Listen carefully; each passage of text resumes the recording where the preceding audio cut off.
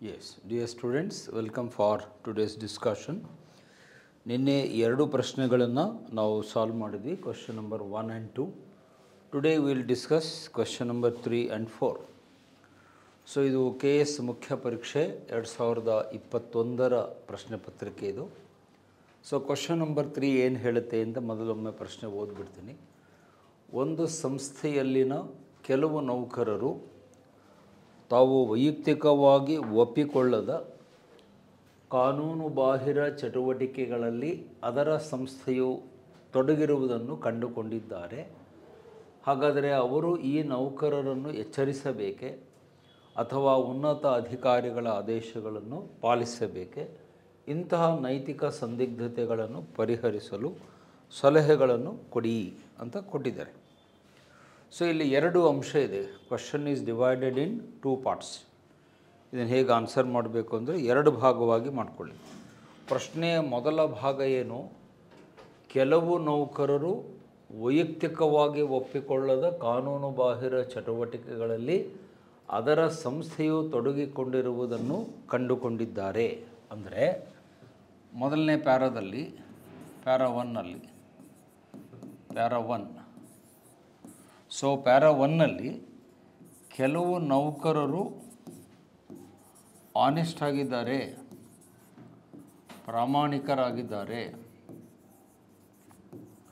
ಪ್ರಾಮಾಣಿಕರು ಮತ್ತು ವಸ್ತುನಿಷ್ಠರಾಗಿದ್ದಾರೆ,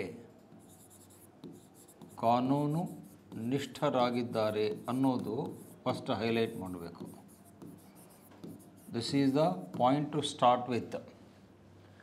ಕೆಲವು ನೌಕರರು ಅಂದರೆ ಎಲ್ಲರೂ ಅಲ್ಲ, ಅಲ್ಲೊಂದು ಆರ್ಗನೈಸೇಷನ್ ಇದೆ, ಅದರಲ್ಲಿ few of the employees are honest and they are loyal to the law. ಅವರು ಚೆನ್ನಾಗೇ ಇದ್ದಾರೆ, ಒಳ್ಳೆಯವರೇ ಇದ್ದಾರೆ, ನೈತಿಕವಾಗಿದ್ದಾರೆ.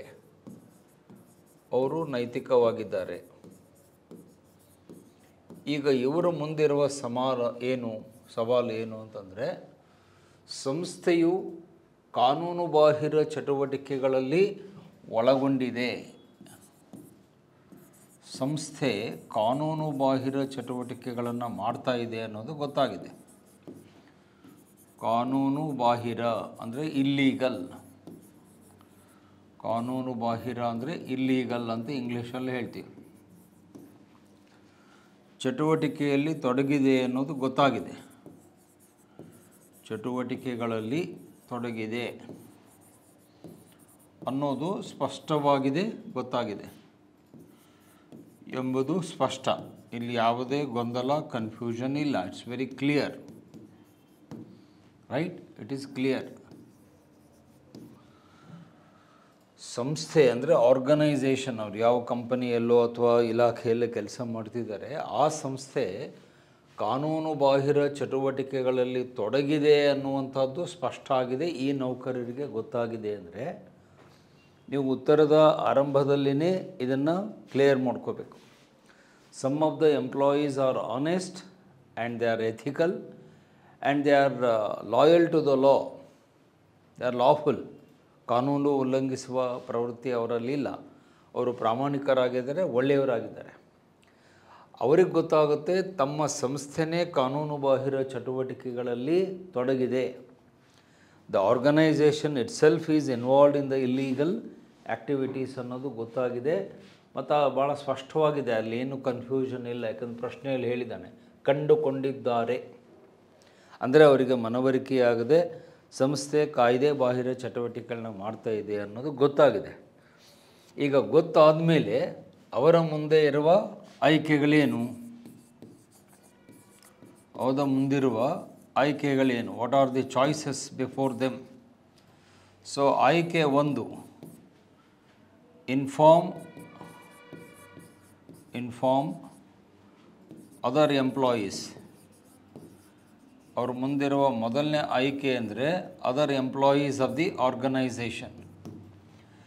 ಇತರ ನೌಕರರಿಗೆ ಈ ಮಾಹಿತಿಯನ್ನು ತಿಳಿಸಬೇಕು. ಯಾಕಂದರೆ ಇವರಿಗಷ್ಟೇ ಗೊತ್ತಿದೆ.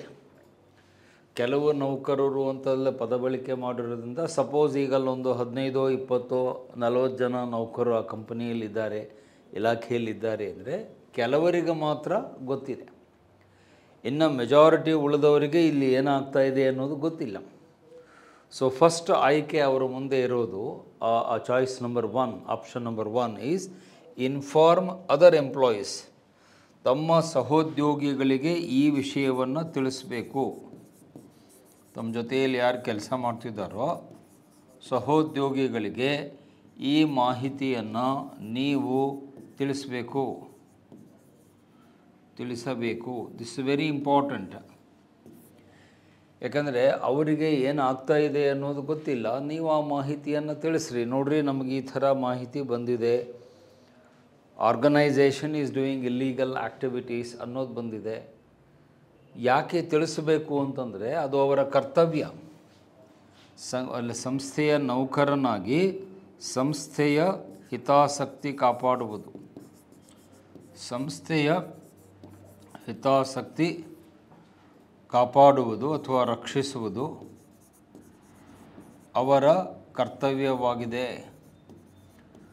It is their duty to protect the interest of the organisation. ನೀವು ನಿಮ್ಮ ಸಂಸ್ಥೆಯ ಹಿತಾಸಕ್ತಿಯನ್ನು ಕಾಪಾಡುವುದು ನಿಮ್ಮ ಜವಾಬ್ದಾರಿ. ನೀವು ಬರೀ ಎಂಪ್ಲಾಯಿ ಅಂತಂದರೆ ಬಂದು ಸಂಬಳ ತೊಗೊಂಡು ಹೋಗೋದು ಅಷ್ಟೇ ಅಲ್ಲ. Employee is not there just for taking the salary. You should protect the interest of the company where you are working. ನೀವು ಯಾವ ಕಂಪನಿಯಲ್ಲಿ, ಸಂಘ ಸಂಸ್ಥೆಯಲ್ಲಿ ಅಥವಾ ಇಲಾಖೆಯಲ್ಲಿ ಕೆಲಸ ಮಾಡ್ತಿರೋ ಅದರ ಹಿತಾಸಕ್ತಿಯನ್ನು ರಕ್ಷಣೆ ಮಾಡುವುದು ನಿಮ್ಮ ಕರ್ತವ್ಯವೂ ಆಗಿದೆ. Because organisation is like mother. ಒಂದು ಸಂಸ್ಥೆ ಅಂದರೆ ಅದನ್ನು ನಾವು ತಾಯಿಗೆ ಹೋಲಿಸ್ತೇವೆ. ಆ ತಾಯಿಗೆ ಅಪಾಯ ಆಗುತ್ತೆ ಅನ್ನುವ ಅಂಶಗಳು ಕಂಡು ಬಂದಾಗ ಅದನ್ನು ಮೊದಲು ನಿಮ್ಮ ಸಹೋದ್ಯೋಗಿಗಳ ಗಮನಕ್ಕೆ ತರಬೇಕು. ನೋಡಿ, ನಮ್ಮ ಸಂಸ್ಥೆಯಲ್ಲಿ ಈ ಥರ ಆಗ್ತಾಯಿದೆ, ಬಿ ಅಲರ್ಟ್. ಅದಕ್ಕೆ ಅಲರ್ಟ್ ಸಿಗ್ನಲ್ ಅಂತ ಹೇಳ್ತಾರೆ. ಒಂದು ಅಲರ್ಟ್ ಮೆಸೇಜನ್ನು ನೀವು ಹಾಕಬೇಕು. ಅಲರ್ಟ್ ಸಿಗ್ನಲನ್ನು ಕೊಡೋದು ನಿಮ್ಮ ಕರ್ತವ್ಯ, ನೀಡಬೇಕು. ಯಾಕಂದರೆ ಅಲ್ಲಿ ತಪ್ಪು ನಡೀತಾ ಇದೆ ಅಂತ ಗೊತ್ತಾದ ಮೇಲೆ ತಾನೇ ಅದನ್ನು ಸರಿಪಡಿಸುವುದಕ್ಕೆ ಕ್ರಮ ಕೈಗೊಳ್ಳೋದು.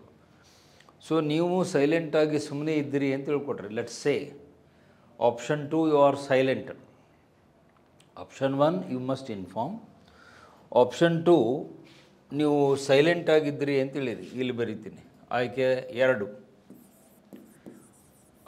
2, ನೀವು ನೌಕರರು ಸೈಲೆಂಟ್ ಆದರೆ, ನೌಕರರು ಸೈಲೆಂಟ್ ಆಗಿಬಿಟ್ರೆ, ಸುಮ್ಮನಾದರೆ ಅಥವಾ ನಿರ್ಲಕ್ಷ್ಯ ಮಾಡಿದರೆ ಅದು ತಪ್ಪಾಗುತ್ತೆ. ಖಂಡಿತವಾಗಿಯೂ ಕೂಡ ಅದು ತಪ್ಪಾಗುತ್ತೆ. ರೈಟ್? ಯಾಕೆ? ನಿಮಗೆ ಆ ವಿಷಯ ಗೊತ್ತಿದೆ. ಗೊತ್ತೇ ಇಲ್ಲ ಅಂದರೆ ಆ ಮಾತು ಬೇರೆ. ನಿಮಗೆ ಸಂಘಟನೆ ತಪ್ಪು ಮಾಡ್ತಾ ಇದೆ ಅನ್ನುವ ಮಾಹಿತಿ ಗೊತ್ತಿಲ್ಲ ಅಂದರೆ you have excuse, because you don't know. Ignorance has excuse ಅಂತ ಹೇಳ್ತೀನಿ, ನಿಮ್ಗೆ ಗೊತ್ತಿಲ್ಲ ಅಂದರೆ. ಬಟ್ ಇಲ್ಲಿ ಪ್ರಶ್ನೆ ಅದಲ್ಲ. ನೌಕರರಿಗೆ ಸಂಸ್ಥೆ ಕಾನೂನು ಬಾಹಿರ ಚಟುವಟಿಕೆ ಮಾಡ್ತಾ ಇದೆ ಅನ್ನೋದು ಸ್ಪಷ್ಟವಾಗಿ ಗೊತ್ತಾಗಿರೋದ್ರಿಂದ ನೀವು ಸುಮ್ಮನಾಗುವ ಪ್ರಶ್ನೆ ಬರೋದಿಲ್ಲ. Employees are not expected to remain silent or negligent. ನೀವು ಸೈಲೆಂಟು ಆಗಬಾರ್ದು, ನೆಗ್ಲಿಜೆಂಟು ಆಗಬಾರ್ದು. ಯಾಕೆ? ಅದು ನಿಮ್ಮ ಕರ್ತವ್ಯ. ಸಂಸ್ಥೆಯ ಹಿತರಕ್ಷಣೆಯನ್ನು ಮಾಡುವುದು ನಿಮ್ಮ ಕರ್ತವ್ಯ ಆಗಿರೋದರಿಂದ ನೀವು ಸುಮ್ಮನಾದರೆ, ನಿರ್ಲಕ್ಷ್ಯವನ್ನು ತೋರಿದರೆ ಅದು ತಪ್ಪಾಗುತ್ತೆ. ಅದು ಎಂತಹ ತಪ್ಪು ಅಂದರೆ deliberate mistake. It becomes A deliberate mistake. ನೀವು ಉದ್ದೇಶಪೂರ್ವಕವಾಗಿ ತಪ್ಪು ಮಾಡಿದ್ದೀರಿ ಅನ್ನುವ ಆರೋಪ ನಿಮ್ಮ ಮೇಲೆ ಬರುತ್ತೆ. ಡೆಲಿಬರೇಟ್, ಉದ್ದೇಶಪೂರ್ವಕವಾಗಿಯೇ ಮಾಡಿದ್ದೀರಿ. ಯಾಕಂದ್ರೆ ನಿಮಗೆ ಆ ಮಾಹಿತಿ ಗೊತ್ತಿದೆ. ಗೊತ್ತಿಲ್ಲ ಅಂದರೆ ಐ ಕ್ಯಾನ್ ಎಕ್ಸ್ಕ್ಯೂಸ್ ಯು. ಇಲ್ಲ, ನೌಕರಿಗೆ ಗೊತ್ತಿಲ್ಲ, ಏನೋ ಮಾಡಿದ್ದಾರೆ ಅಂದರೆ ಹೋಗಲಿ ಬಿಡಪ್ಪ ಅಂತ ಹೇಳ್ಬೋದು. ನಿಮಗೆ ಗೊತ್ತಿದ್ದೂ ಕೂಡ ನೀವು ಸೈಲೆಂಟ್ ಆಗ್ತಿದ್ದೀರಿ ಅಂದರೆ ಆ ತಪ್ಪಿಗೆ ನೀವು ಪರೋಕ್ಷವಾಗಿ ಬೆಂಬಲ ಕೊಟ್ಟಂಗಾಗುತ್ತೆ. ಈ ಪಾಯಿಂಟನ್ನು ಬರೀಬೇಕು. If you remain silent even after knowing the mistake being done by the organization, then you are colliding in that offense. ಪರೋಕ್ಷವಾಗಿ ನೀವು ಆ ತಪ್ಪಿನಲ್ಲಿ ಕೈ ಜೋಡಿಸ್ದಂಗೆ ಆಗುತ್ತೆ, ನೀವು ಅದರಲ್ಲಿ ಶಾಮೀಲಾದಂಗೆ ಆಗುತ್ತೆ, ಪಾಲುದಾರರಾದಂಗೆ ಆಗುತ್ತೆ. ಪ್ರಮಾದದಲ್ಲಿ ಪಾಲುದಾರರಾದಂಗೆ ಆಗುತ್ತೆ. ನಾಳೆ ಅದೇನಾದರೂ ದೊಡ್ಡ ಹಗರಣ ಆಗಿ ದೊಡ್ಡ ಅನಾಹುತ ಆದರೆ ಅವಾಗ ಎನ್ಕ್ವೈರಿ ನಡೆಯುತ್ತೆ, ತನಿಖೆಯನ್ನು ಮಾಡ್ತಾರೆ. ತನಿಖೆ ಮಾಡಿದಾಗ ನಿಮ್ಮನ್ನು ಕರೆದು ಕೇಳ್ತಾರೆ, ಅಲ್ರಿ ಈ ವಿಷಯ ನಿಮಗೆ ಗೊತ್ತಿತ್ತೋ ಇಲ್ಲೋ? ಇಲ್ಲ ಸರ್ ನಮಗೆ ಗೊತ್ತಿತ್ತು. ಮತ್ತು ಗೊತ್ತಿದ್ದು ಯಾಕೆ ಸುಮ್ಮನಿದ್ರಿ? Knowingly why you kept silent? ಗೊತ್ತಿದ್ದರೆ ನೀವು ಏನಾದರೂ ಮಾಡಬೇಕಲ್ಲ ಅದನ್ನು ತಡೆಗಟ್ಟುವುದಕ್ಕೆ. When you know that something is going wrong, is it not your duty to stop it, prevent it? ಅದನ್ನು ನಿಲ್ಲಿಸುವುದು, ತಡೆಗಟ್ಟುವುದು, ಮುಂದೆ ಹೆಚ್ಚು ಅನಾಹುತ ಆಗದಂತೆ ಮಾಡುವುದು ಆ ಸಂಸ್ಥೆಯ ನೌಕರನಾಗಿ ನಿಮ್ಮ ಕರ್ತವ್ಯವೂ ಹೌದು, ಹಕ್ಕೂ ಹೌದು, ಕರ್ತವ್ಯವೂ ಹೌದು. It's both your right as well as duty to avoid the further nonsense happened in the organisation. So ಹಾಗಾಗಿ ಆಯ್ಕೆ ಒಂದು, ನಿಮ್ಮ ಸಹೋದ್ಯೋಗಿಗಳಿಗೆ ನೀವು ಮಾಹಿತಿಯನ್ನು ಕೊಟ್ಟು ಈ ಥರ ಆಗ್ತಾಯಿದೆ, ಇದನ್ನು ತಡೆಗಟ್ಟಲಿಕ್ಕೆ ನಾವು ಏನಾದರೂ ಮಾಡಬೇಕು ಅಂತ ಕಾರ್ಯಪ್ರವೃತ್ತರಾಗಬೇಕು. You must make an initiative to prevent such wrong things not to happen. ಅದನ್ನು ತಡೆಗಟ್ಟಲಿಕ್ಕೆ ಪ್ರಯತ್ನಿಸಬೇಕು. ಒಂದು ವೇಳೆ ನೀವು ಸುಮ್ಮನಾದರೆ, ನಿರ್ಲಕ್ಷ್ಯ ತೋರಿದರೆ, that will be wrong. It will be a deliberate mistake. ನೀವು ಉದ್ದೇಶಪೂರ್ವಕವಾಗಿಯೇ ತಪ್ಪು ಮಾಡಿದ್ದೀರಿ ಅನ್ನುವ ಆರೋಪವನ್ನು ಮುಂದೆ ತನಿಖೆಯ ಸಂದರ್ಭದಲ್ಲಿ ಎದುರಿಸಬೇಕಾಗುತ್ತೆ. ಇದಕ್ಕೆ ಒಂಥರ ನಮ್ಮ ಆಡಳಿತ ಭಾಷೆಯಲ್ಲಿ ಹೇಳುವುದಾದರೆ ಜಾಣಕುರುಡುತನ ಅಂತ ಕರೀತಾರೆ. ನಮ್ಮಲ್ಲಿ ಜಾಣಕುರುಡರು ಭಾಳ ಜನ ಇದ್ದಾರೆ. ಜಾಣಕುರುಡುತನ ಸರಿಯಲ್ಲ. ಅಂದರೆ ಎಲ್ಲ ಗೊತ್ತಿರುತ್ತೆ, ಆದರೂ ಏನೂ ಗೊತ್ತಿಲ್ಲ ಅನ್ನೋಂಗೆ ಅವನು ನಾಟಕ ಮಾಡ್ತಿರ್ತಾನೆ. ಸೊ ಇದು ಸರಿಯಲ್ಲ, ಜಾಣಕುರುಡುತನ ಸರಿಯಲ್ಲ. ಯು ನೋ ದ್ಯಾಟ್ ಅಲ್ಲಿ ತಪ್ಪು ಆಗುತ್ತೆ ಅಂತ ಗೊತ್ತಿದ್ದು ನೀವು ಸುಮ್ಮನೆ ಕೂತ್ಕೊಂಡ್ರೆ ಅದು ನಿಮ್ಮನ್ನು ಬುದ್ಧಿವಂತರು ಅಂತ ಕರೆಯಲ್ಲ. ಕುತಂತ್ರ ಮಾಡ್ತಿದ್ದೀರಿ, ನೀವೇನೋ ಒಂದು ಪಿತೂರಿಯನ್ನು ಮಾಡ್ತಿದ್ದೀರಿ, ಅಥವಾ ಅಲ್ಲೊಂದು ಏನೋ ಕಾನ್ಸ್ಪಿರಸಿ ಆಗ್ತಾಯಿದೆ, ಷಡ್ಯಂತ್ರ ನಡೀತಾ ಇದೆ, ನೀವು ಅದಕ್ಕೆ ಪರೋಕ್ಷವಾಗಿ ಪಾಲುದಾರರಾಗಿದ್ದೀರಿ. Indirectly you are conniving in that conspiracy, colliding with the conspirators. You are joining hands with those who are doing something wrong in the organization. ಅವಾಗ ನಿಮಗೆ ಮಿಸ್ಟರ್ ಕ್ಲೀನ್ ಇಮೇಜ್ ಕೊಡಲಿಕ್ಕಾಗಲ್ಲ. ಇಂತಹ ನೌಕರರಿಗೆ ಶುದ್ಧ ಹಸ್ತರು, ಶುದ್ಧ ವ್ಯಕ್ತಿಗಳು ಅಂತ ನಾವು ಸರ್ಟಿಫಿಕೇಟ್ ಕೊಡಲಿಕ್ಕಾಗಲ್ಲ.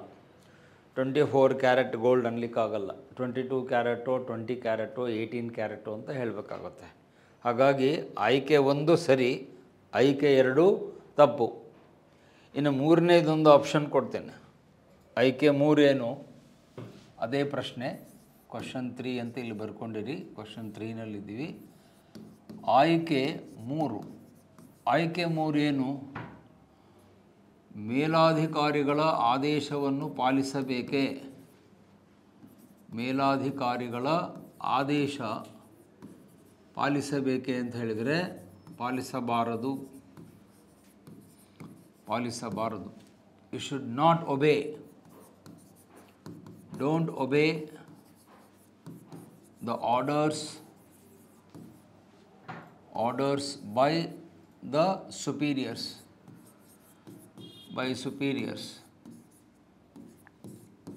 ನಿಮ್ಮ ಮೇಲಾಧಿಕಾರಿಗಳು ಏನು ಆದೇಶ ಕೊಡ್ತಿದ್ದಾರೆ ಅದನ್ನು ನೀವು ಪಾಲಿಸಬಾರದು. ಯಾಕೆ ಪಾಲಿಸಬಾರದು ಅಂತ ಹೇಳ್ತೀನಿ. You are public servant and you are not servant of the officer. ನೀವು ಕಾನೂನಿನ ಸೇವಕರು, ಕಾನೂನಿನ ಪಾಲಕರು ಹಾಗೂ ಜನಸೇವಕರು ಅನ್ನೋದು ನೆನಪಿಟ್ಕೊಳ್ಳಿ. ಈ 2 ಪಾಯಿಂಟಿಂದನೇ ನಿಮಗೆ ಮಾರ್ಕ್ಸ್ ಬರುತ್ತೆ. ನೀವು ಕಾನೂನಿನ ಪಾಲಕರು ಮತ್ತು ಜನಸೇವಕರೇ ಹೊರತು ತಪ್ಪಿನ ಪಾಲಕರಲ್ಲ, ಪ್ರಮಾದದ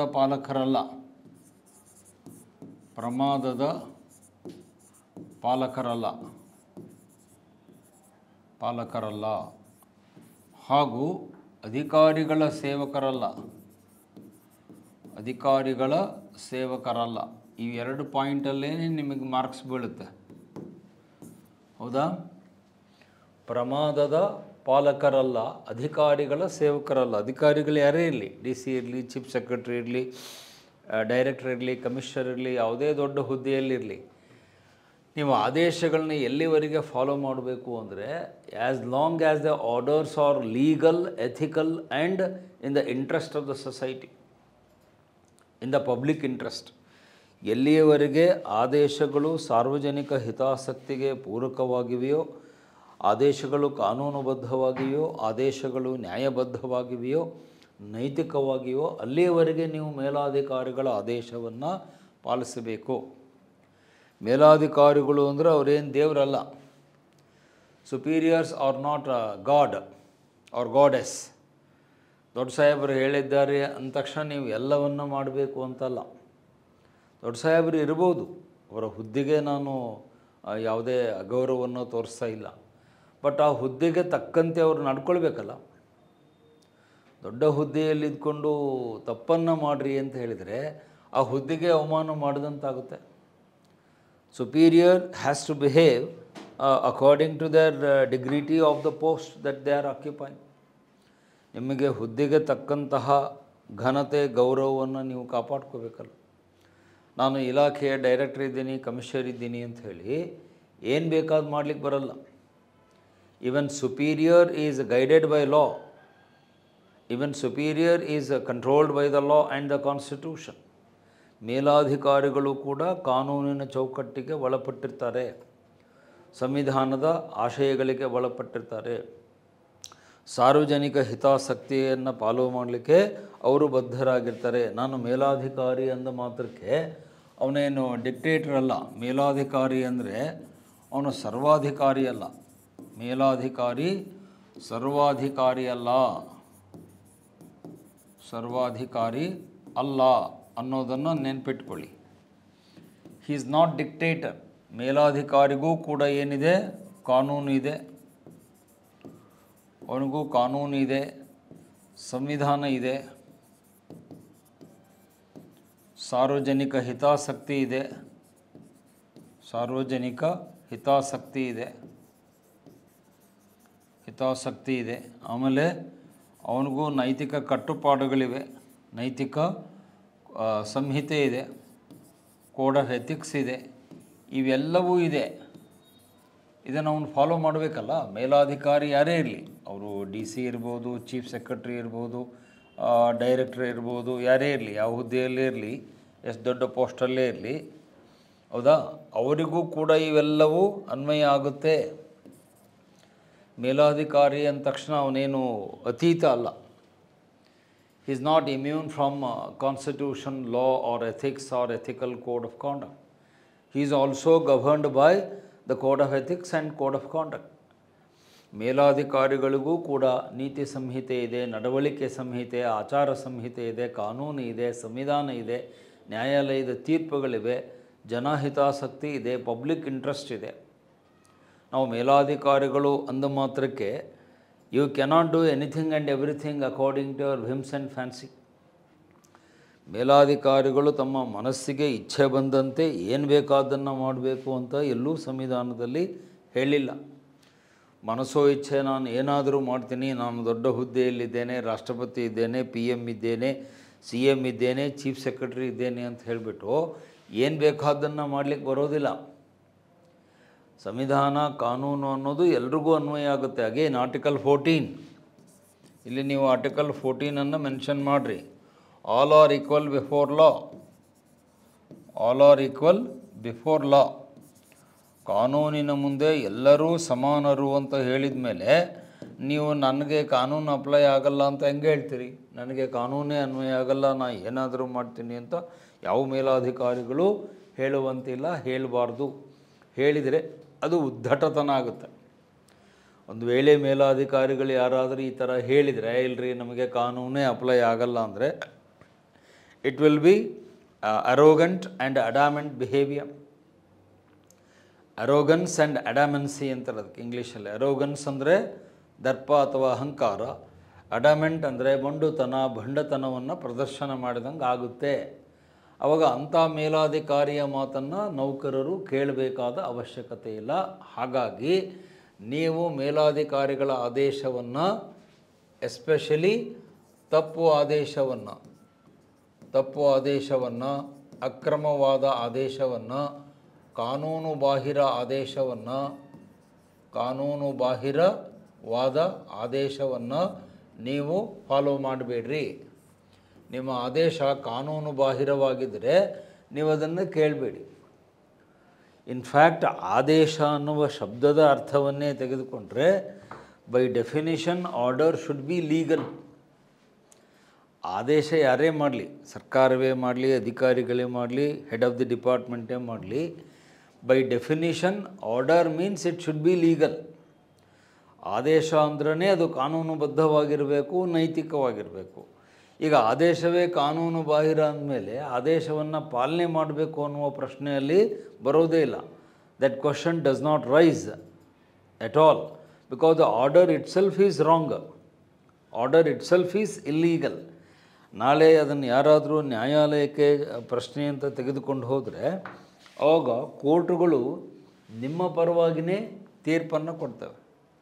courts will give judgement in your favour because you have not done any wrong. ಇಲ್ಲ, ಅವ್ರು ಮಾಡಿದ್ದು ಸರಿ ಇದೆ, ಆ ನೌಕರ ಮಾಡಿದ್ದು ಸರಿ ಇದೆ, ಯಾಕಂದರೆ ಆದೇಶ ಕೊಡುವಂಥ ಅಧಿಕಾರಿಗಳೇ ತಪ್ಪು ಮಾಡಿದ್ದಾರೆ. ತಪ್ಪು ಆದೇಶವನ್ನು ನೀವು ಪಾಲನೆ ಮಾಡಬೇಕು ಅಂತ ಹೇಳುವುದು ದಬ್ಬಾಳಿಕೆ ಆಗುತ್ತೆ.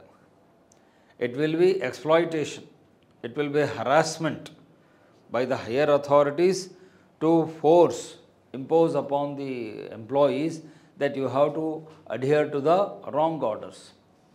ತಪ್ಪು ಆದೇಶಗಳಿಗೆ, ಕಾಯ್ದೆ ಬಾಹಿರ ಆದೇಶಗಳಿಗೆ ಪರಿಪಾಲನೆ ಮಾಡುವಂತೆ ತಮ್ಮ ಕೆಳಗಿನ ಅಧೀನ ಸಿಬ್ಬಂದಿಗೆ ಒತ್ತಡ ಹಾಕುವುದು, ಹೇರಿಕೆಯನ್ನು ಮಾಡುವುದು, ಅದು ದೌರ್ಜನ್ಯ ಆಗುತ್ತೆ, ಶೋಷಣೆ ಆಗುತ್ತೆ, ದಬ್ಬಾಳಿಕೆ ಆಗುತ್ತೆ ಹೊರತು ಆಡಳಿತ ಆಗಲ್ಲ.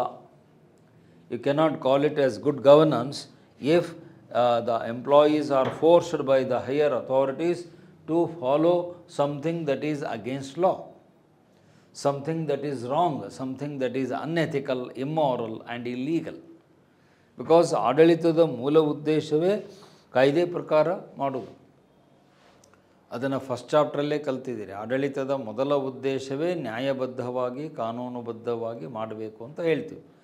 ನಾವು ಕಾನೂನನ್ನೇ ಬಿಟ್ಟು ಆಡಳಿತ ಮಾಡ್ತೀವಿ ಅಂದರೆ ಆವಾಗ ನಿಮ್ಮ ಮಾತನ್ನು ಕೆಳಗಿರುವವರು ಕೇಳುವ ಅವಶ್ಯಕತೆ ಇಲ್ಲ. ಒಂದು ವೇಳೆ ಹೌದು ಅಂತ ಯಾರಾದರೂ ವಾದ ಮಾಡೋದಾದರೆ ಅದಕ್ಕೆ ಮರು ಪ್ರಶ್ನೆಯನ್ನು ಕೊಡ್ತೇನೆ. ಹಾಗಾದರೆ ಈ ನೌಕರರು ಅಂದರೆ ಆ ಕೆಲ ನೌಕರರು ಏನು ಆನೆಸ್ಟ್ ಆಗಿದ್ದಾರೆ, ಅವರು ಕಾಯ್ದೆ ತಪ್ಪಿ ಮಾಡಿದರೆ ಅದನ್ನು ಮೇಲಾಧಿಕಾರಿಗಳು ಒಪ್ಕೊಳ್ತಾರ? Whether the higher authorities are going to accept anything wrong or illegal done by the subordinates? ತಮ್ಮ ಕೆಳಗಡೆ ಇರೋರು ಏನಾದರೂ ಕಾನೂನು ಬಿಟ್ಟು ಮಾಡಿದರೆ ಅಥವಾ ಅನೈತಿಕವಾಗಿ ಮಾಡಿದರೆ ಅದನ್ನು ಮೇಲಾಧಿಕಾರಿಗಳು ಸ್ವೀಕರಿಸ್ತಾರ, ಒಪ್ಕೊಳ್ತಾರ? ಇಲ್ಲ. ಅವ್ರು ಹೇಳ್ತಾರೆ, ಇಲ್ರಿ ನೀವು ಮಾಡ್ತಿರೋ ತಪ್ಪು, ಕಾಯ್ದೆ ಬಿಟ್ಟು ಹೆಂಗೆ ಮಾಡ್ತೀರಿ ಅಂತ. ಮತ್ತು ಅವರಿಗೆ ಅನ್ವಯವಾಗುವ ಕಾಯ್ದೆ ನಿಮಗೂ ಅನ್ವಯ ಆಗುತ್ತಲ್ಲ. Law is the same for every one, both for the superior officers and subordinate staff. ಅಧೀನ ಸಿಬ್ಬಂದಿಗೂ ಅದೇ ಕಾಯ್ದೆ, ಮೇಲಾಧಿಕಾರಿಗಳಿಗೂ ಅದೇ ಕಾಯ್ದೆ, ಕಂಪನಿಯ ಇಲಾಖೆಯ ಮುಖ್ಯಸ್ಥರಿಗೂ ಅದೇ ನಿಯಮ, ಎಲ್ರಿಗೂ ನಿಯಮ ಒಂದೇ ಇರುತ್ತೆ. The rules of the game are same for everyone. You can't change the rules of the game depending on the player. ನೀವು ಪ್ರತಿಯೊಬ್ಬ ಆಟಗಾರನಿಗೂ ಆಟದ ನಿಯಮಗಳನ್ನು ಚೇಂಜ್ ಮಾಡಲಿಕ್ಕಾಗಲ್ಲ. ಇಲ್ಲರಿ, ಕ್ಯಾಪ್ಟನ್ನಿಗೆ ಬೇರೆ, ವೈಸ್ ಕ್ಯಾಪ್ಟನ್ನಿಗೆ ಬೇರೆ, ವಿಕೆಟ್ ಕೀಪರಿಗೆ ಬೇರೆ, ಬೌಲರಿಗೆ ಬೇರೆ, ಬ್ಯಾಟ್ಸ್ಮನ್ನಿಗೆ ಬೇರೆ ಅನ್ನಲಿಕ್ಕಾಗಲ್ಲ. ಕ್ರಿಕೆಟಿನ ಆಟದ ನಿಯಮಗಳು ಎಲ್ಲ ಆಟಗಾರರಿಗೂ ಒಂದೇ ಇರ್ತವೆ. ಅದೇ ನಿಯಮಗಳನ್ನೇ ಆಟಗಾರರು ಫಾಲೋ ಮಾಡಬೇಕು, ಅಂಪೈರು ಫಾಲೋ ಮಾಡಬೇಕು. ಹೌದಲ್ವಾ? ಇಲ್ಲೂ ಹಾಗೆ, ಆಡಳಿತದಲ್ಲೂ ಹಾಗೆ. ಸೊ ಹಾಗಾಗಿ ಆಯ್ಕೆ 3, ಮೇಲಾಧಿಕಾರಿಗಳ ಆದೇಶವನ್ನು ಪಾಲಿಸಬಾರದು. ಆಯ್ಕೆ 4, ಇನ್ನೊಂದು ಆಯ್ಕೆಯನ್ನು ಕೊಡ್ತೀನಿ. ಆಯ್ಕೆ 4. ಈ ಆಯ್ಕೆ 4 ಏನು ಮಾಡಬೇಕು ಅಂದರೆ, inform this to the head of the department. Inform this to the head of the department, HOD. ಅವ್ರು ಯಾರೇ ಇರಲಿ, ಅವರು ಸಚಿವರಿರ್ಬೋದು, ಕಾರ್ಯದರ್ಶಿ ಇರ್ಬೋದು, ಆಯುಕ್ತರಿರಬಹುದು, ಅಂದರೆ ಕಮಿಷನರ್ ಇರ್ಬೋದು, ಅಥವಾ ನಿರ್ದೇಶಕರು, ಡೈರೆಕ್ಟರ್ ಇರ್ಬೋದು. ಕೂಡಲೇ ಇದನ್ನು ಅವರ ಗಮನಕ್ಕೆ ತರಬೇಕು. ಇವರ ಗಮನಕ್ಕೆ ತರಬೇಕು. ಈ ಥರ ತಪ್ಪಾಗ್ತಾ ಇದೆ ಅನ್ನೋದನ್ನು ತಕ್ಷಣವೇ ನೀವು ಅವರ ಗಮನಕ್ಕೆ ತರಬೇಕು. Bring it to the attention, ಅವರ ಗಮನಕ್ಕೆ ತರಬೇಕು ನೀವು. ಯಾಕೆ? ಈ ಮಧ್ಯದಲ್ಲಿರುವಂತಹ ಅಧಿಕಾರಿಗಳು, ಅದಕ್ಕೆ ಇಂಟರ್ಮೀಡಿಯರಿ ಲೇಯರ್ ಅಂತ ಕರಿತೀವಿ. ಮಧ್ಯಂತರದಲ್ಲಿ ಇರುವಂಥ ಅಧಿಕಾರಿಗಳು ತುಂಬ ಮೇಲಿರುವವರ ಗಮನಕ್ಕೆ ತರದೇ ಕೆಲಸ ಮಾಡ್ತಿರ್ತಾರೆ. ಅಂದರೆ ಏಪೆಕ್ಸ್ ಅಂತ ಹೇಳ್ತೀವಿ. ಅಲ್ಲಿ ನಿಮಗೊಂದು ಡಯಾಗ್ರಾಮ್ ಹಾಕೋದಾದರೆ ಈ ಥರ ಒಂದು ಡಯಾಗ್ರಾಮ್ ಹಾಕ್ಕೊಳ್ಳಿ. ಇಲ್ಲಿ ನೀವಿದ್ದೀರಿ, ಕೆಳ ಹಂತದ ನೌಕರರು, ಕೆಲ ನೌಕರರು ಇಲ್ಲಿದ್ದೀರಿ, ಮೇಲಾಧಿಕಾರಿಗಳು ಇಲ್ಲಿದ್ದಾರೆ. ಹೌದಾ? ಇವರು ಮೇಲಾಧಿಕಾರಿಗಳು ತಪ್ಪು ಮಾಡ್ತಿದ್ದಾರೆ. ಇಲ್ಲಿ ಮೇಲೆ ಬಾಸ್ ಇದ್ದಾರೆ, CEO ಅಥವಾ MD ಅಥವಾ ಸೆಕ್ರೆಟ್ರಿ, ಹಿಂಗೆ ಯಾರೋ ಇದ್ದಾರೆ. ಹೌದಾ?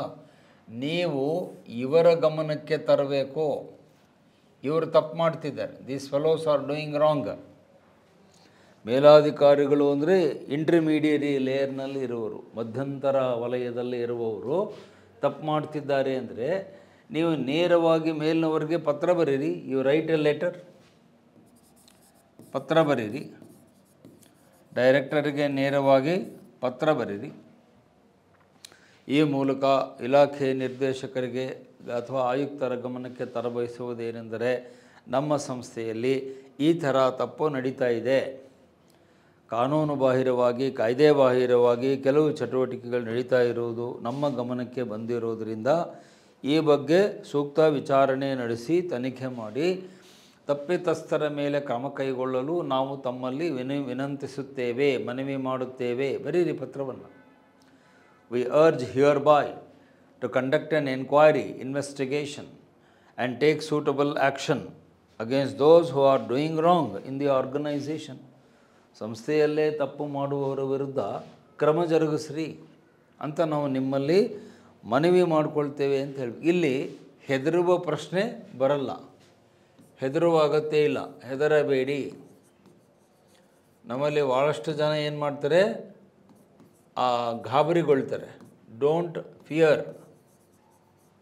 ಸೊ ಇಲ್ಲಿ ಹೆದರಬೇಕಾದ ಅಗತ್ಯ ಇಲ್ಲ. Because you are fighting for truth, you are fighting for justice, you are fighting for public interest. ನೀವು ನ್ಯಾಯಕ್ಕಾಗಿ, ಸತ್ಯಕ್ಕಾಗಿ ಇಲ್ಲಿ ಹೋರಾಟ ಮಾಡ್ತಿರೋದ್ರಿಂದ ನೀವು ಧೈರ್ಯವಾಗಿಯೇ ಅದನ್ನು ಎದುರಿಸಬೇಕು. ಇಲ್ಲಿ ಅಂಜಿಕೊಳ್ಳುವ ಅವಶ್ಯಕತೆ ಇಲ್ಲ. ದಾಕ್ಷಿಣ್ಯಕ್ಕೆ ಒಳಗಾಗಬೇಡಿ, ದಾಕ್ಷಿಣ್ಯಕ್ಕೆ ಒಳಗಾಗಬೇಡಿ. ಅಯ್ಯೋ ಸರ್, ಅವ್ರಿಗೆ ಹೇಗೆ ಹೇಳೋದು ಸರ್, ದಾಕ್ಷಿಣ್ಯ ಬೇಡ. ದಾಕ್ಷಿಣ್ಯ ಅಂದರೆ getting obliged. So no obligations, no fear. ನಾವು ಮೇಲಾಧಿಕಾರಿಗಳಿಗೆ ಹೇಳಿದರೆ ಏನಾಗುತ್ತೋ ಏನೋ, ಏನೂ ಆಗೋದಿಲ್ಲ. ನೀವೇನು ತಪ್ಪು ಮಾಡ್ತಾ ಇಲ್ವಲ್ಲ. ನೀವು ಯಾವಾಗ ಹೆದರ್ಕೊಳ್ಬೇಕು ಅಂದರೆ when you are doing wrong. ನೀವೇ ತಪ್ಪನ್ನು ಮಾಡಬೇಕಾದಾಗ ಮಾತ್ರ ಹೆದರಬೇಕು. ನೀವು ಸರಿಯಾಗಿದ್ದಾಗ ಹೆದರಬೇಕಾದ ಅವಶ್ಯಕತೆ ಇಲ್ಲ. And as a public servant you are not obliged to anyone except to the law. ಒಬ್ಬ ಸಾರ್ವಜನಿಕ ಸೇವಕರು ಕಾನೂನಿಗೆ ಮಾತ್ರ ನಿಷ್ಠರಾಗಿರಬೇಕೇ ಹೊರತು ವ್ಯಕ್ತಿನಿಷ್ಠೆ ಬೇಡ. ಅದನ್ನು ಆಲ್ರೆಡಿ ಎಥಿಕ್ಸ್ ಚಾಪ್ಟರ್ಗಳಲ್ಲಿ ಕಲ್ತಿದ್ದೀರಿ. ಫೌಂಡೇಶನ್ ವ್ಯಾಲ್ಯೂಸ್ ಅನ್ನೋ ಚಾಪ್ಟ್ರಲ್ಲಿ ಹೇಳಿದ್ದೇನೆ. ನಿಮ್ಮ ನಿಷ್ಠೆ ಕಾನೂನಿಗೆ, ಸತ್ಯಕ್ಕೆ ಇರಬೇಕು. You must be dedicated, loyal to the law, loyal to the organisation, loyal to the truth, loyal to the justice, loyal to the public interest. Not for individual. ಅವ್ರು ಯಾರೇ ಇರಲಿ, ಕಮಿಷನರ್ ಇರಲಿ, ಡೈರೆಕ್ಟರ್ ಇರಲಿ, DC ಇರಲಿ, ಮತ್ತೊಬ್ಬರಿರಲಿ, ಯಾವ ಹುದ್ದೆಯಲ್ಲಾದರೂ ಇರಲಿ, ನೀವು ಅವರಿಗೆ ನಿಷ್ಠೆಯನ್ನು ತೋರಬೇಕಾಗಿಲ್ಲ. ವ್ಯಕ್ತಿ ನಿಷ್ಠೆ ಅನ್ನುವುದು ನೈತಿಕತೆಯ ವ್ಯಾಪ್ತಿಯಲ್ಲಿ ಬರಲ್ಲ, ನೆನಪಿಟ್ಕೊಳ್ಳಿ. ವ್ಯಕ್ತಿ ನಿಷ್ಠೆ ನೈತಿಕತೆ ಅಲ್ಲ, ಅದು ನಿಮ್ಮ ವೀಕ್ನೆಸ್ಸು. ವ್ಯಕ್ತಿ ನಿಷ್ಠೆ ಅನ್ನೋದು ನಿಮ್ಮ ದೌರ್ಬಲ್ಯವನ್ನು, ಅಸಹಾಯಕತೆಯನ್ನು ಅಥವಾ ಸ್ವಾರ್ಥವನ್ನು ಸೂಚಿಸುತ್ತೆ. ಇದನ್ನು ಕ್ಲೀನಾಗಿ ಬರೀರಿ. ವ್ಯಕ್ತಿ ನಿಷ್ಠೆ ಅನ್ನೋದು either it will indicate your weakness, ದೌರ್ಬಲ್ಯ, it will indicate your helplessness, ಅಸಹಾಯಕತೆ, it will also indicate your selfishness, ನಿಮ್ಮ ಸ್ವಾರ್ಥವನ್ನು ಕೂಡ ಸೂಚಿಸುತ್ತೆ. ಅಂದರೆ ನಿಮಗೂ ಏನೋ ಅದರಲ್ಲಿ ಒಂದಷ್ಟು ಲಾಭ ಇತ್ಯಾದಿ ಸಿಗ್ತಾ ಇದೆ, ಅದಕ್ಕೆ ನೀವು ಈ ಥರ ಮಾಡ್ತಿದ್ದೀರಿ. You are joining hands in the nonsense. ಅಲ್ಲಿ ನಡೆಯುವ ತಪ್ಪಿನಲ್ಲಿ ನೀವು ಕೈ ಜೋಡಿಸುವುದಕ್ಕೆ ಮುಂದರಾಗಿದ್ದೀರಿ. ಇದನ್ನು ಹಳ್ಳಿ ಭಾಷೆಯಲ್ಲಿ ಹೇಳೋದಾದರೆ 10ರಲ್ಲಿ 11 ಅಂತ ಹೇಳ್ತಾರಲ್ಲ, 10ರಲ್ಲಿ 11 ಅನ್ನೋ ಲೆಕ್ಕದಲ್ಲಿ ನೀವು ಹೋಗಲಿಕ್ಕೆ ಪ್ರಯತ್ನ ಮಾಡ್ತಿದ್ದೀರಿ. 10ರಲ್ಲಿ 1, 10ರಲ್ಲಿ 1 ಗೋವಿಂದ ಅಂತ ಹಳ್ಳಿ ಮಂದಿ ಹೇಳ್ತಾರೆ. ನೀವು 10ರಲ್ಲಿ 1 ಆಗಲಿಕ್ಕೆ ಹೋಗಬೇಡಿ. You be different. You don't just join the crowd. ಅಲ್ಲಿ ಒಂದು ದೊಡ್ಡ ಜನಜಂಗಳ ಗುಂಪು ಇರುತ್ತೆ, ತಪ್ಪು ಮಾಡುವವ್ರದ್ದು ಒಂದು ಗುಂಪು ಇರುತ್ತೆ. ಆ ಗುಂಪಿನಲ್ಲಿ ಹೋಗಿ ನೀವು ಸೇರ್ಕೋಬೇಡಿ. You be different. You are different, you are distinguishing and you are separated. You are unique and special. ನೀವು ಪ್ರತ್ಯೇಕವಾಗಿದ್ದೀರಿ, ವಿಶಿಷ್ಟವಾಗಿದ್ದೀರಿ, ಆನೆಸ್ಟ್ ಆಗಿ ನಿಂತ್ಕೊಂಡಿದ್ದೀರಿ ಅನ್ನೋದು ಆ ಇಲಾಖೆಯಲ್ಲಿರೋರಿಗೆ ಗೊತ್ತಾಗಲಿ. That you are outstanding. ನೀವು ಔಟ್ಸ್ಟ್ಯಾಂಡಿಂಗ್ ಅನ್ನೋದು ಗೊತ್ತಾಗಬೇಕಲ್ಲ. You must not join hands with the crowd of mad persons. ಹುಚ್ಚರ ಸಂತೆ ಅಂತ ನಿಮ್ಗೆ ಗೊತ್ತಾಗುತ್ತೆ. ಆ ಹುಚ್ಚರ ಸಂತೆಯಲ್ಲಿ ಹೋಗಿ ನಾವು ಇಲ್ಲೇ ನಿಮ್ಮ ಸಂತೆಗೆ ಬರ್ತೀವಿ ರೀ ಅಂತೇಳಿ ರುಮಾಲ ಕಟ್ಕೊಂಡು ಕೂಡಬೇಡ್ರಿ. You establish that you are different. ನೀವು ಅವರಿಗಿಂತ ಭಿನ್ನರಾಗಿದ್ದೀರಿ, ಶ್ರೇಷ್ಠರಾಗಿದ್ದೀರಿ, ಶುದ್ಧವಾಗಿದ್ದೀರಿ ಅನ್ನುವುದನ್ನು ಇಲ್ಲಿ ತೋರಿಸಬೇಕು. Explicitly you have to demonstrate that you are upright, you are clean, you are honest and your conscience is clean. ನಿಮ್ಮ ಆತ್ಮಸಾಕ್ಷಿ ಶುದ್ಧವಾಗಿದೆ, ನೀವು ಶುದ್ಧ ಹಸ್ತರಾಗಿದ್ದೀರಿ, ಶುದ್ಧ ಚಿತ್ತರಾಗಿದ್ದೀರಿ ಅನ್ನೋದು ಇಲ್ಲಿ ಗೊತ್ತಾಗಬೇಕು. Make it known. ನೀವು ಬರೀ ಒಳ್ಳೆಯವರು ಅಂತ ಹೇಳಿದರೆ ಸಾಲೋದಲ್ಲ, ನಿಮ್ಮ ಒಳ್ಳೆಯತನವನ್ನು ಪ್ರೂವ್ ಮಾಡಬೇಕು. It is not enough that you are good. Your goodness should be known to the organisation, to the people at large. ನೀವು ಒಳ್ಳೆಯವರು ಅನ್ನೋದು ಸಂಘಟನೆಗೂ ಸಂಸ್ಥೆಗೂ ಗೊತ್ತಾಗಬೇಕು, ಸಂಘಟನೆಯ ಮುಖ್ಯಸ್ಥರಿಗೂ ಗೊತ್ತಾಗಬೇಕು, ಸಾರ್ವಜನಿಕ ವಲಯದಲ್ಲಿರುವ ಜನರಿಗೂ ಕೂಡ ಗೊತ್ತಾಗಬೇಕು. Goodness has to be demonstrated. Demonstration of goodness ಅಂತಾರೆ. ಒಳಿತನ್ನು ನೀವು ಅಭಿವ್ಯಕ್ತಪಡಿಸಬೇಕು, ಅದನ್ನು 4 ಜನರಿಗೆ ಗೊತ್ತಾಗುವಂತೆ ಮಾಡಬೇಕು, ಅದನ್ನು ಗಟ್ಟಿಗೊಳಿಸಬೇಕು. You can put goodness in hiding. ನೀವು ಒಳ್ಳೆಯದನ್ನು ಬಚ್ಚಿಡುವ ಅವಶ್ಯಕತೆ ಇಲ್ಲ, ಮರೆಮಾಚುವ ಅವಶ್ಯಕತೆ ಇಲ್ಲ, ಅಥವಾ ಅದನ್ನು ಅಡಗಿಸುವ ದಮನಿಸುವ ಕೆಲಸವನ್ನು ಮಾಡಬೇಡಿ. Goodness is like light, let it come out. ಒಳ್ಳೆಯತನ ಅನ್ನುವಂಥದ್ದು ಬೆಳಕಿದ್ದಂತೆ, ಪ್ರಕಾಶ ಇದ್ದಂತೆ ಅದು ಹೊರಗೆ ಬರಲಿ. ಅದಕ್ಕೆ ನೀವು ಕರ್ಟನ್ ಹಾಕಿ, ಬಟ್ಟೆ ಕಟ್ಟಿ, ವಾಲ್ ಕಟ್ಟಿ, ಪೇಪರ್ ಕಟ್ಟಿ ಬೆಳಕು ಹೊರಗೆ ಹೋಗಬಾರ್ದು ಅಂತ ಯಾಕೆ ಯೋಚನೆ ಮಾಡ್ತೀರಿ? ಬೆಳಕಿರೋದೇ ಹೊರಗೆ ಹೋಗಲಿಕ್ಕೆ. The very nature of light is to spread out. ಅದನ್ನು ನೀವು ಸೀಲ್ ಮಾಡಿ, ಅದನ್ನು ಬಂದ್ ಮಾಡಿ, ಹೈಡ್ ಮಾಡಲಿಕ್ಕೆ ಪ್ರಯತ್ನ ಮಾಡಬೇಡ್ರಿ. So let it be known. ಇದು ಆಯ್ಕೆ 4. ಸೊ ಈ 4 ಆಯ್ಕೆಗಳನ್ನು ಬರೀಬೇಕು. 1. ನೆಕ್ಸ್ಟ್ ಪ್ರಶ್ನೆಯ ಇನ್ನೊಂದು ಭಾಗದಲ್ಲಿ ಏನು ಕೇಳಿದ್ದಾನೆ, ಇಂತಹ ಸಂದಿಗ್ಧತೆಗಳು ಬಂದರೆ ನೀವು ಅದನ್ನು ಹೇಗೆ ಎದುರಿಸ್ತೀರಿ? ಇಂತಹ ಸಂದಿಗ್ಧತೆಗಳನ್ನು ಹೇಗೆ ಎದುರಿಸುವಿರಿ ಅಂತ ಕೇಳಿದ್ದಾನೆ. How do you face such crisis? ಎದುರಿಸುವಿರಿ ಅಂತ ಕೇಳಿದ್ದಾನೆ, ಹೌದಾ? ಇಲ್ಲಿ ಸಂದಿಗ್ಧತೆ ಅಂದರೆ ಡಿಲೆಮಾಸ್ ಬಂದರೆ ಅಥವಾ ಕ್ರೈಸಿಸ್ ಬಂದರೆ ಹೌ ಡು ಯು ಫೇಸ್, ಅದನ್ನು ಹೆಂಗೆ ಫೇಸ್ ಮಾಡ್ತೀರಿ ಅಂತ ಕೇಳ್ತಾನೆ. ಅದಕ್ಕೆ ನೀವು ಏನು ಉತ್ತರ ಬರೀಬೇಕು, ಆನ್ಸರ್ ಏನು ಬರೀಬೇಕು, ಉತ್ತರ ಹೇಗಿರಬೇಕು ಅಂತಂದರೆ your answer should be like this. Number 1, B bold and honest. ಇಂಥ ಯಾವುದೇ ಸಂದರ್ಭಗಳು ಬಂದಾಗ ನೌಕರರು, ಅವ್ರು ಯಾರೇ ಇರಲಿ, ನೌಕರರು ಧೈರ್ಯವಾಗಿರಬೇಕು ಮತ್ತು ಪ್ರಾಮಾಣಿಕರಾಗಿರಬೇಕು. ಧೈರ್ಯ ಮತ್ತು ಪ್ರಾಮಾಣಿಕತೆ ತೋರಿಸಬೇಕು. ಇಲ್ಲಿ ನಾವು ಹೆದರಬೇಕಾದ ಅವಶ್ಯಕತೆ ಇಲ್ಲ. ಪ್ರಾಮಾಣಿಕತೆ ಮತ್ತು ಧೈರ್ಯ. Be bold and honest because you are also employee of the organisation. ಅದು ನಿಮ್ಮ ಕರ್ತವ್ಯ ಕೂಡ ಆಗಿದೆ. ನೀವು ಯಾರಿಗೂ ಫೇವರ್ ಮಾಡುವ ಅವಶ್ಯಕತೆ ಇಲ್ಲ, ರೈಟ್? 2ನೇದು, don't show favour or fear. No, don't show favor or fear of anyone. ನೀವು ಯಾರ ಬಗ್ಗೆನೂ ಭಯ ಪಡಬೇಕಾದ ಅವಶ್ಯಕತೆ ಇಲ್ಲ. ಫೇವರ್ ಅಂದರೆ ಒಲವು ಅಥವಾ ಮುಲಾಜಿ ತೋರಿಸುವ ಅವಶ್ಯಕತೆ ಇಲ್ಲ. ಭೀತಿ ಅಥವಾ ಭಯಕ್ಕೆ ಭಯಪಡಬೇಡಿ. ಯಾರ ಬಗ್ಗೆನೂ ನೀವು ಭಯಪಡಬೇಕಾದ ಅವಶ್ಯಕತೆ ಇಲ್ಲ. ಒಲವು ಅಥವಾ ಮುಲಾಜಿಯನ್ನು ತೋರಿಸುವ ಅಗತ್ಯ ಇಲ್ಲ. ಇಲ್ಲಿ ವ್ಯಕ್ತಿಗತವಾದಂಥ ನಿರ್ಧಾರಗಳನ್ನು ತಗೊಳ್ಬಾರ್ದು. ಯಾರೇ ಇರಲಿ, ಸಂದರ್ಭ ಏನೇ ಇರಲಿ, you must be bold and honest that I go by the law. ಅಲ್ಲಿ ಹೇಳ್ತೀವಿ ನೀವೇನನ್ನು ಫಾಲೋ ಮಾಡಬೇಕು ಅಂದರೆ uphold the law, uphold the law, uphold the truth, uphold ethical values, human values, ಮಾನವೀಯ ಮೌಲ್ಯಗಳನ್ನು ನೀವು ಕಾಪಾಡಬೇಕು. ಪಬ್ಲಿಕ್ ಇಂಟ್ರೆಸ್ಟ್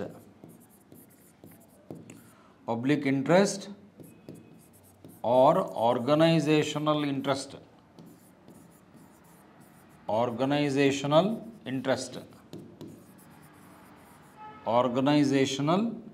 ಗೋಲ್ಸ್ ಅಬ್ಜೆಕ್ಟಿವ್ ಅಂತ ಕರಿತೀವಿ. ಸೊ ಇದನ್ನು ನೀವು ಅಲ್ಲಿ ಎತ್ತಿ ಹಿಡಿಬೇಕು. uphold the law, truth or ethics or human values and protect the public interest. ಸಾರ್ವಜನಿಕ ಹಿತಾಸಕ್ತಿಯನ್ನು ನೀವು ರಕ್ಷಣೆ ಮಾಡಬೇಕು. ಸಂಘಟನೆಯ ಹಿತಾಸಕ್ತಿಯನ್ನು, ಸಂಸ್ಥೆಯ ಧ್ಯೇಯೋದ್ದೇಶಗಳಿಗೆ ಬದ್ಧರಾಗಿರಬೇಕು. ಸಂಸ್ಥೆಯ ಧ್ಯೇಯಗಳಿಗೆ ನೀವು ಬದ್ಧರಾಗಿರಬೇಕು. ನಿಮ್ಮ ಬದ್ಧತೆ ಏನಿದ್ರೂ ಸಂಸ್ಥೆಯ ಧ್ಯೇಯಗಳಿಗೆ ಬದ್ಧರಾಗಿರಬೇಕು. ಆ್ಯಂಡ್ ವೆರಿ ಇಂಪಾರ್ಟೆಂಟ್ ಥಿಂಗ್, ನೀವು ಈ ಥರದ ಸಂದರ್ಭಗಳನ್ನ ಎದುರಿಸಬೇಕಾದಾಗ ನಿಮ್ಮ ಡೆಡಿಕೇಶನ್ ಏನಿದೆ ಕರ್ತವ್ಯಕ್ಕಿರಬೇಕು. ಡೆಡಿಕೇಶನ್ ಟು ಡ್ಯೂಟಿ, ಕರ್ತವ್ಯ ನಿಷ್ಠೆ, ನಿಮ್ಮ ಕರ್ತವ್ಯಕ್ಕೆ ನೀವು ನಿಷ್ಠರಾಗಿರಬೇಕು. ಕರ್ತವ್ಯ ನಿಷ್ಠೆ ಮತ್ತು ಪಾಲನೆ, ಕರ್ತವ್ಯ ನಿಷ್ಠೆ ಮತ್ತು ಪಾಲನೆಗೆ ನೀವು ಒತ್ತು ಕೊಡಬೇಕು. ಇಲ್ಲಿ ಮೇಲಾಧಿಕಾರಿಗಳು ಏನು ತಿಳ್ಕೊಳ್ತಾರೆ ಅನ್ನುವ ಯೋಚನೆ ಬೇಡ. ಮೇಲಾಧಿಕಾರಿಗಳಿರಬಹುದು, ಮತ್ತು ಈ ಥರದ ಡಿಸಿಷನ್ ತಗೊಳ್ಬೇಕಾದಾಗ ಮೇಲಾಧಿಕಾರಿಗಳು ಕಿರುಕುಳ ಕೊಡ್ತಾರೆ, ಟ್ರಾನ್ಸ್ಫರ್ ಮಾಡ್ತಾರೆ, ಅದನ್ನು ಮಾಡ್ತಾರೆ, ಇದನ್ನು ಮಾಡ್ತಾರೆ. ಸೊ ಆ ಪಾಯಿಂಟನ್ನು ಇಲ್ಲಿ ಬರಿತೀನಿ. Don't worry about ವಿಕ್ಟಿಮೈಸೇಷನ್,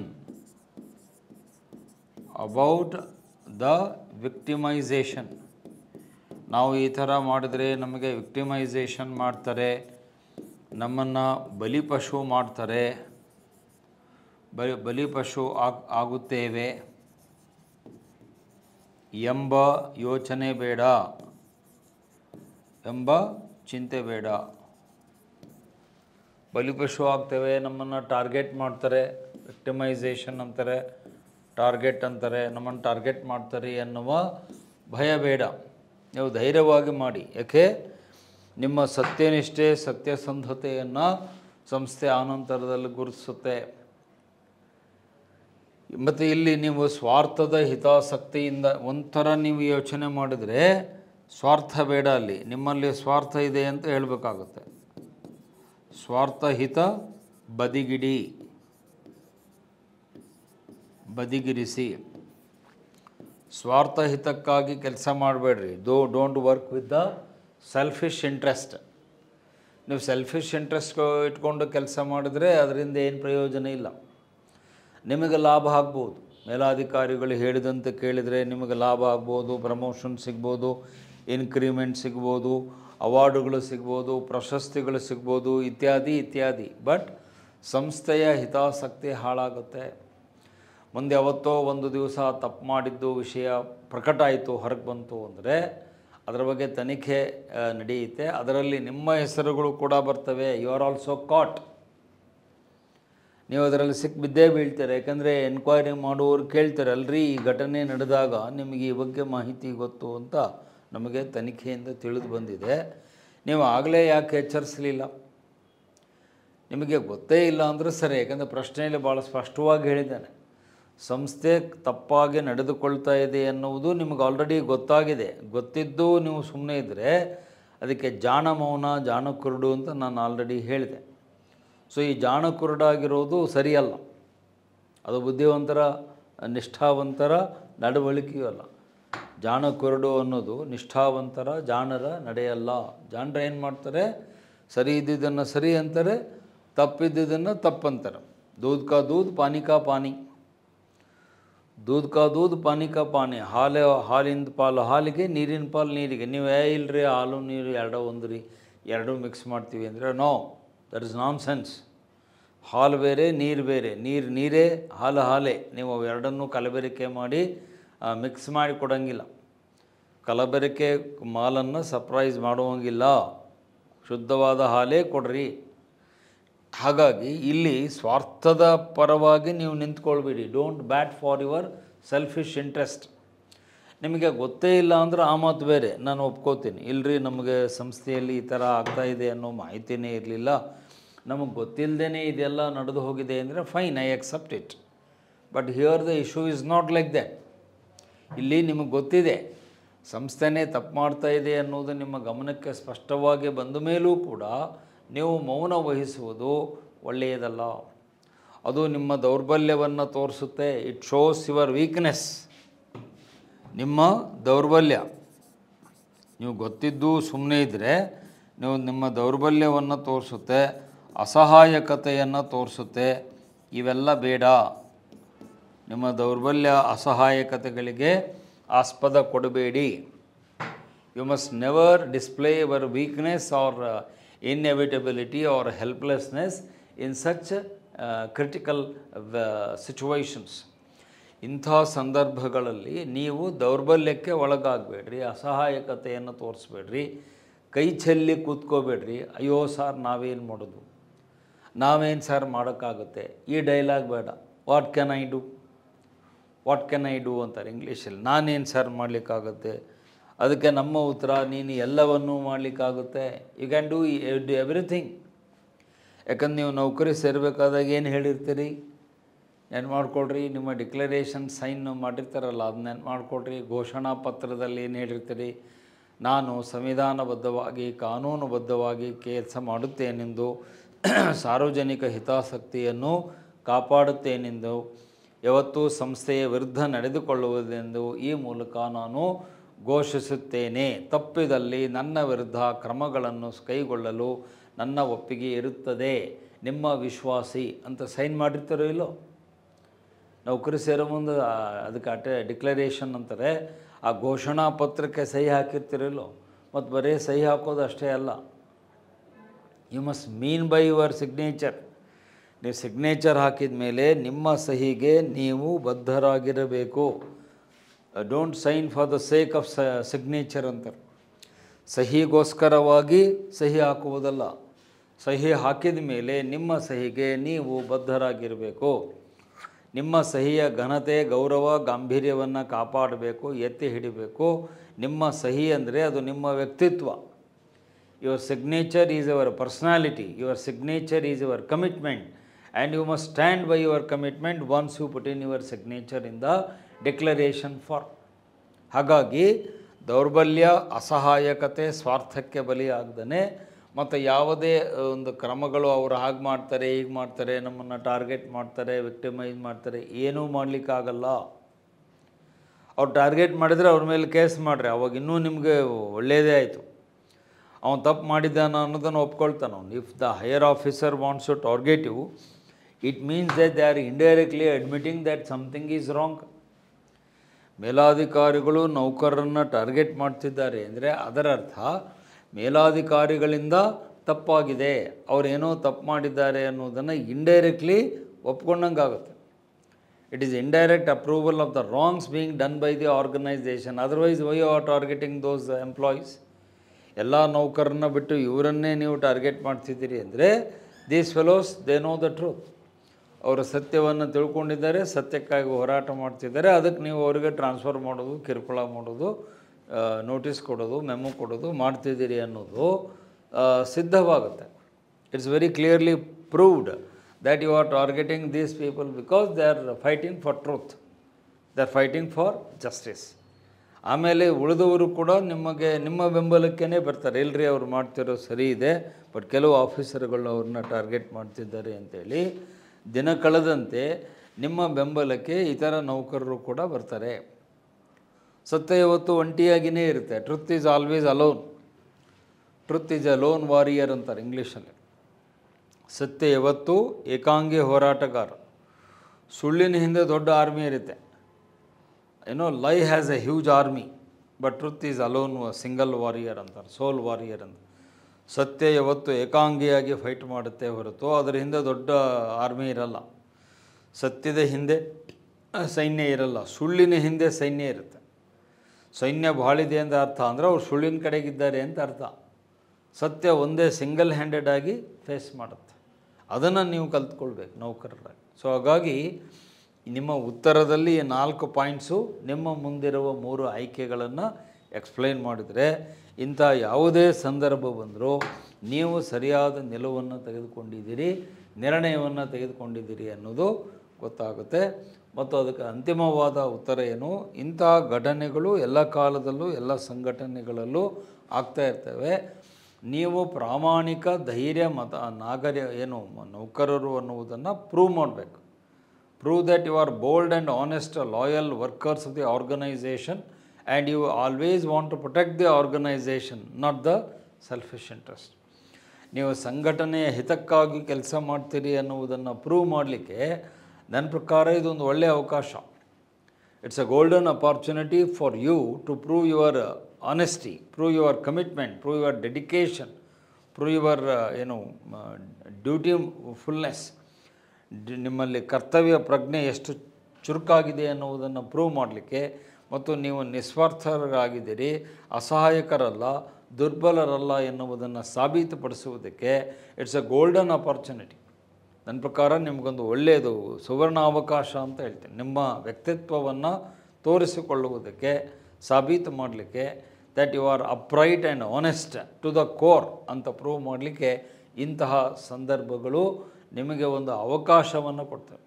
it's an opportunity for you to prove yourself that you are honest, bold and upright. ಅದನ್ನು ಬಿಟ್ಟು ನೀವು ಮೇಲಾಧಿಕಾರಿಗಳು ಆದೇಶ ಮಾಡ್ತಾರೆ, ಕಿರುಕುಳ ಕೊಡ್ತಾರೆ, ಒತ್ತಡ ಹಾಕ್ತಾರೆ ಅಂತ ಹೇಳೋದಾದರೆ ಲಾಸ್ಟ್ ಒಂದು ಕೊನೆಯ ಆನ್ಸರ್ ಅದಕ್ಕೆ ಕೊಡ್ತೇನೆ. ಸಪೋಸ್ ಇದು ಆದಮೇಲೆ ಮತ್ತೆ ಇಂತಹದ್ದೇ ಇನ್ನೊಂದು ತಪ್ಪನ್ನು ಮಾಡಿ ನಿಮ್ಮ ಮೇಲೆ ಹೊರಿಸಿದ್ರು ಅಂತ ಇಟ್ಕೊಳ್ಳಿ. ಆವಾಗ ಏನು ಮಾಡ್ತೀರಿ?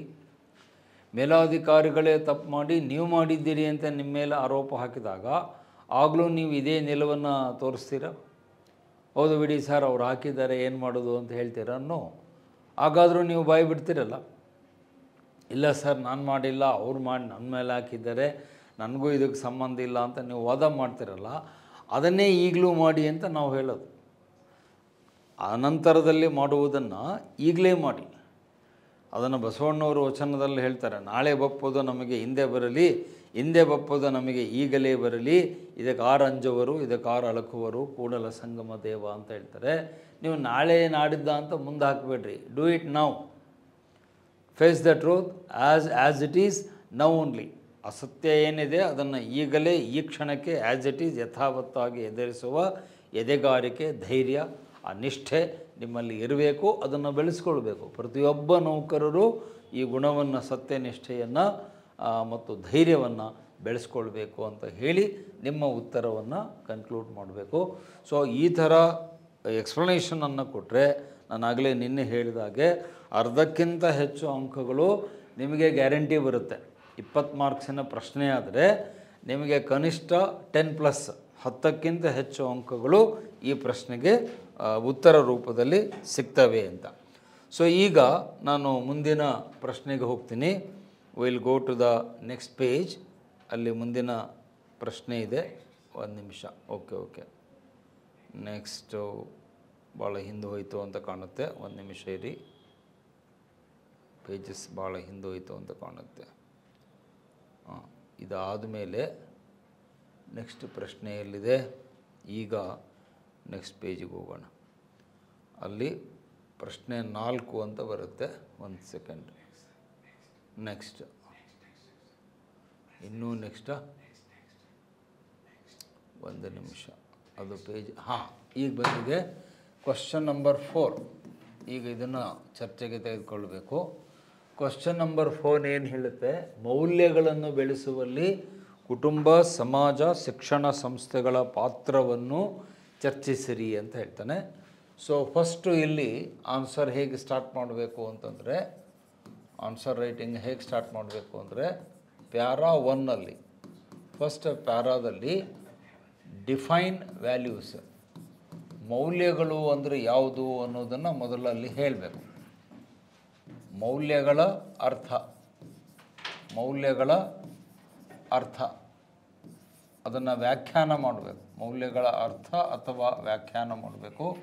ಯಾವ ಮೌಲ್ಯಗಳನ್ನು ನಾವು ಕಲಿಬೇಕು ಅನ್ನೋದನ್ನು ಅಲ್ಲಿ ಬರೀರಿ. ಪ್ರಮುಖ ಮೌಲ್ಯಗಳು, ಇಂಪಾರ್ಟೆಂಟ್ ವ್ಯಾಲ್ಯೂಸ್, ಪ್ರಮುಖ ಮೌಲ್ಯಗಳು ಯಾವುದು ಅನ್ನೋದನ್ನು ಒಂದು ಲಿಸ್ಟ್ ಮಾಡಿ. ಪ್ರಮುಖ ಮೌಲ್ಯಗಳು ಯಾವುದು? ಆಡಳಿತದಲ್ಲಿ ಬರುವ ಪ್ರಮುಖ ಮೌಲ್ಯಗಳು ಅಂತಂದರೆ, 1 ಸತ್ಯನಿಷ್ಠೆ, 2ನೇದ್ದು ನ್ಯಾಯ, 3ನೇದ್ದು ಸ್ವಾತಂತ್ರ್ಯ ಅಥವಾ ದಯೆ ಅಥವಾ ಮಾನವೀಯತೆ, 4ನೇದ್ದು ಸಮಾನತೆ, 5ನೇದ್ದು ಗೌರವ ಮತ್ತು ಘನತೆ. ಈ ಎಲ್ಲ ಮೌಲ್ಯಗಳೇನಿವೆ, ಈ ಮೌಲ್ಯಗಳನ್ನು ನಾವು ಕಾಪಾಡಿಕೊಳ್ಬೇಕು. ಅವುಗಳ ಅರ್ಥವನ್ನು ಹೇಳಬೇಕು. ಸತ್ಯ, ನ್ಯಾಯ, ದಯೆ, ಸಮಾನತೆ ಮತ್ತು ಮಾನವೀಯತೆ, ಅದು ಕೂಡ ಬರುತ್ತೆ. ಹ್ಯುಮ್ಯಾನಿಟಿ ಅಂತ ಹೇಳ್ತೀವಿ. ಮಾನವೀಯತೆ, ಆಮೇಲೆ ಸ್ವಾತಂತ್ರ್ಯ, ಇವೆಲ್ಲ ಮೌಲ್ಯಗಳು ಲಿಸ್ಟ್ ಆಫ್ ವ್ಯಾಲ್ಯೂಸ್ ಅಂತ ಹೇಳ್ತೀವಿ. Important values. ಈ ವ್ಯಾಲ್ಯೂಸನ್ನು ಮೊದಲು ಎಕ್ಸ್ಪ್ಲೈನ್ ಮಾಡಿರಿ. ಆನ್ಸರ್ ಸ್ಟಾರ್ಟ್ ಮಾಡೋ ಮುಂದೆ ಈ ಮೌಲ್ಯಗಳನ್ನು ಮೊದಲು ಎಕ್ಸ್ಪ್ಲೈನ್ ಮಾಡಿರಿ.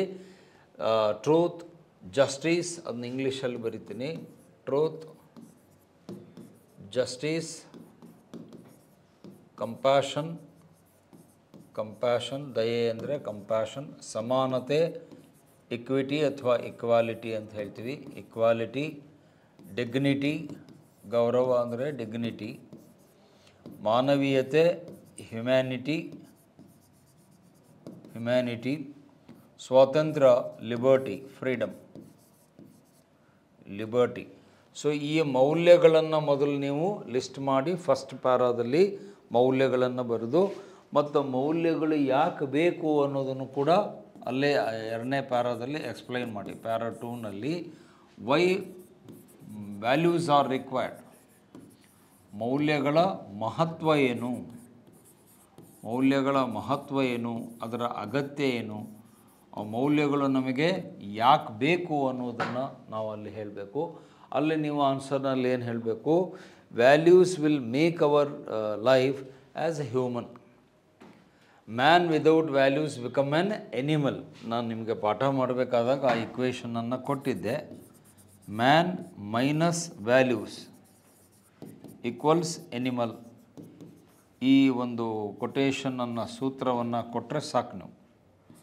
ಮಾನವ ಮೈನಸ್ ಮೌಲ್ಯಗಳು ಇಲ್ಲ ಅಂತ ಹೇಳಿದರೆ ಅವನು ಪ್ರಾಣಿ ಆಗಿಬಿಡ್ತಾನೆ, ಎನಿಮಲ್ ಆಗಿಬಿಡ್ತಾನೆ. Becomes an animal.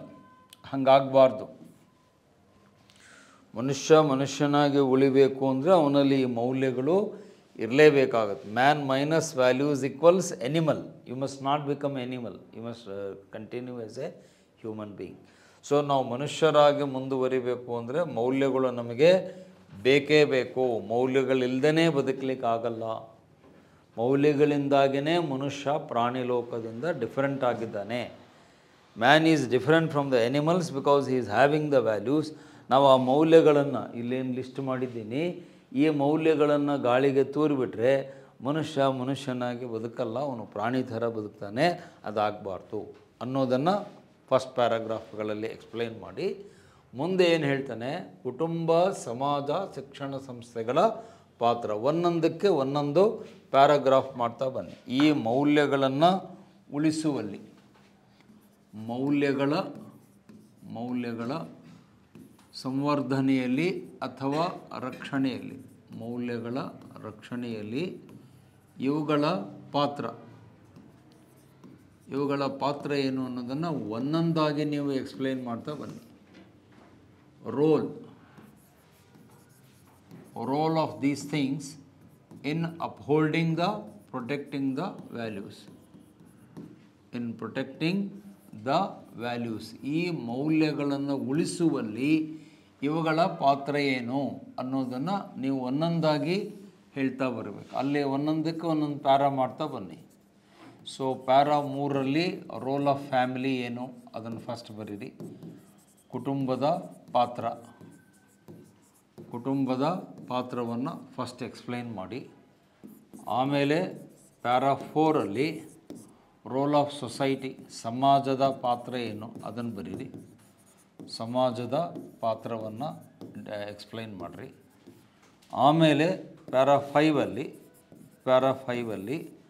Educational institution, ಶೈಕ್ಷಣಿಕ ಸಂಸ್ಥೆಗಳ ಪಾತ್ರ. ಎಜುಕೇಷನಲ್ ಇನ್ಸ್ಟಿಟ್ಯೂಷನ್ಸ್, ಶಿಕ್ಷಣ ಸಂಸ್ಥೆಗಳ ಪಾತ್ರ.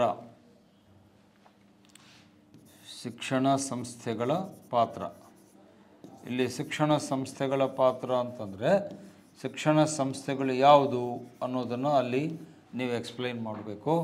ಅದು ನಿಮ್ಮ primary schools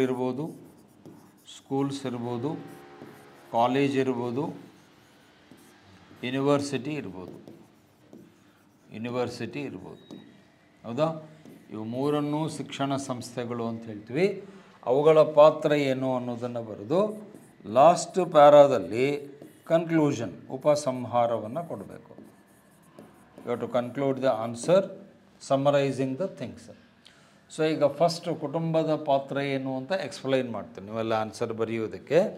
roll of family in enhancing the values, ಮೌಲ್ಯಗಳನ್ನು ರೂಢಿಸುವಲ್ಲಿ ಕುಟುಂಬದ ಪಾತ್ರವೇ ಪ್ರಥಮ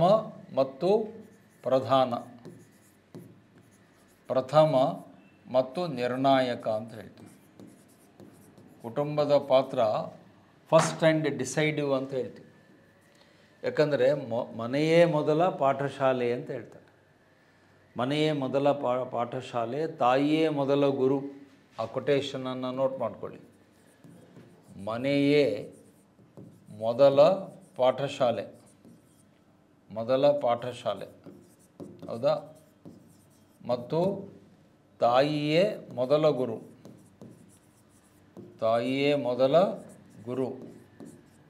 ಸೊ ತಾಯಿಗಿಂತ ದೊಡ್ಡದಾದ ಗುರು ಬೇರೆ ಇನ್ಯಾರೂ ಇಲ್ಲ. ಮನೆಯೇ ಮೊದಲ ಪಾಠಶಾಲೆ, ತಾಯಿಯೇ, ಜನನಿಯೇ ಮೊದಲ ಗುರು ಅಂತ ಹೇಳ್ತೀವಿ.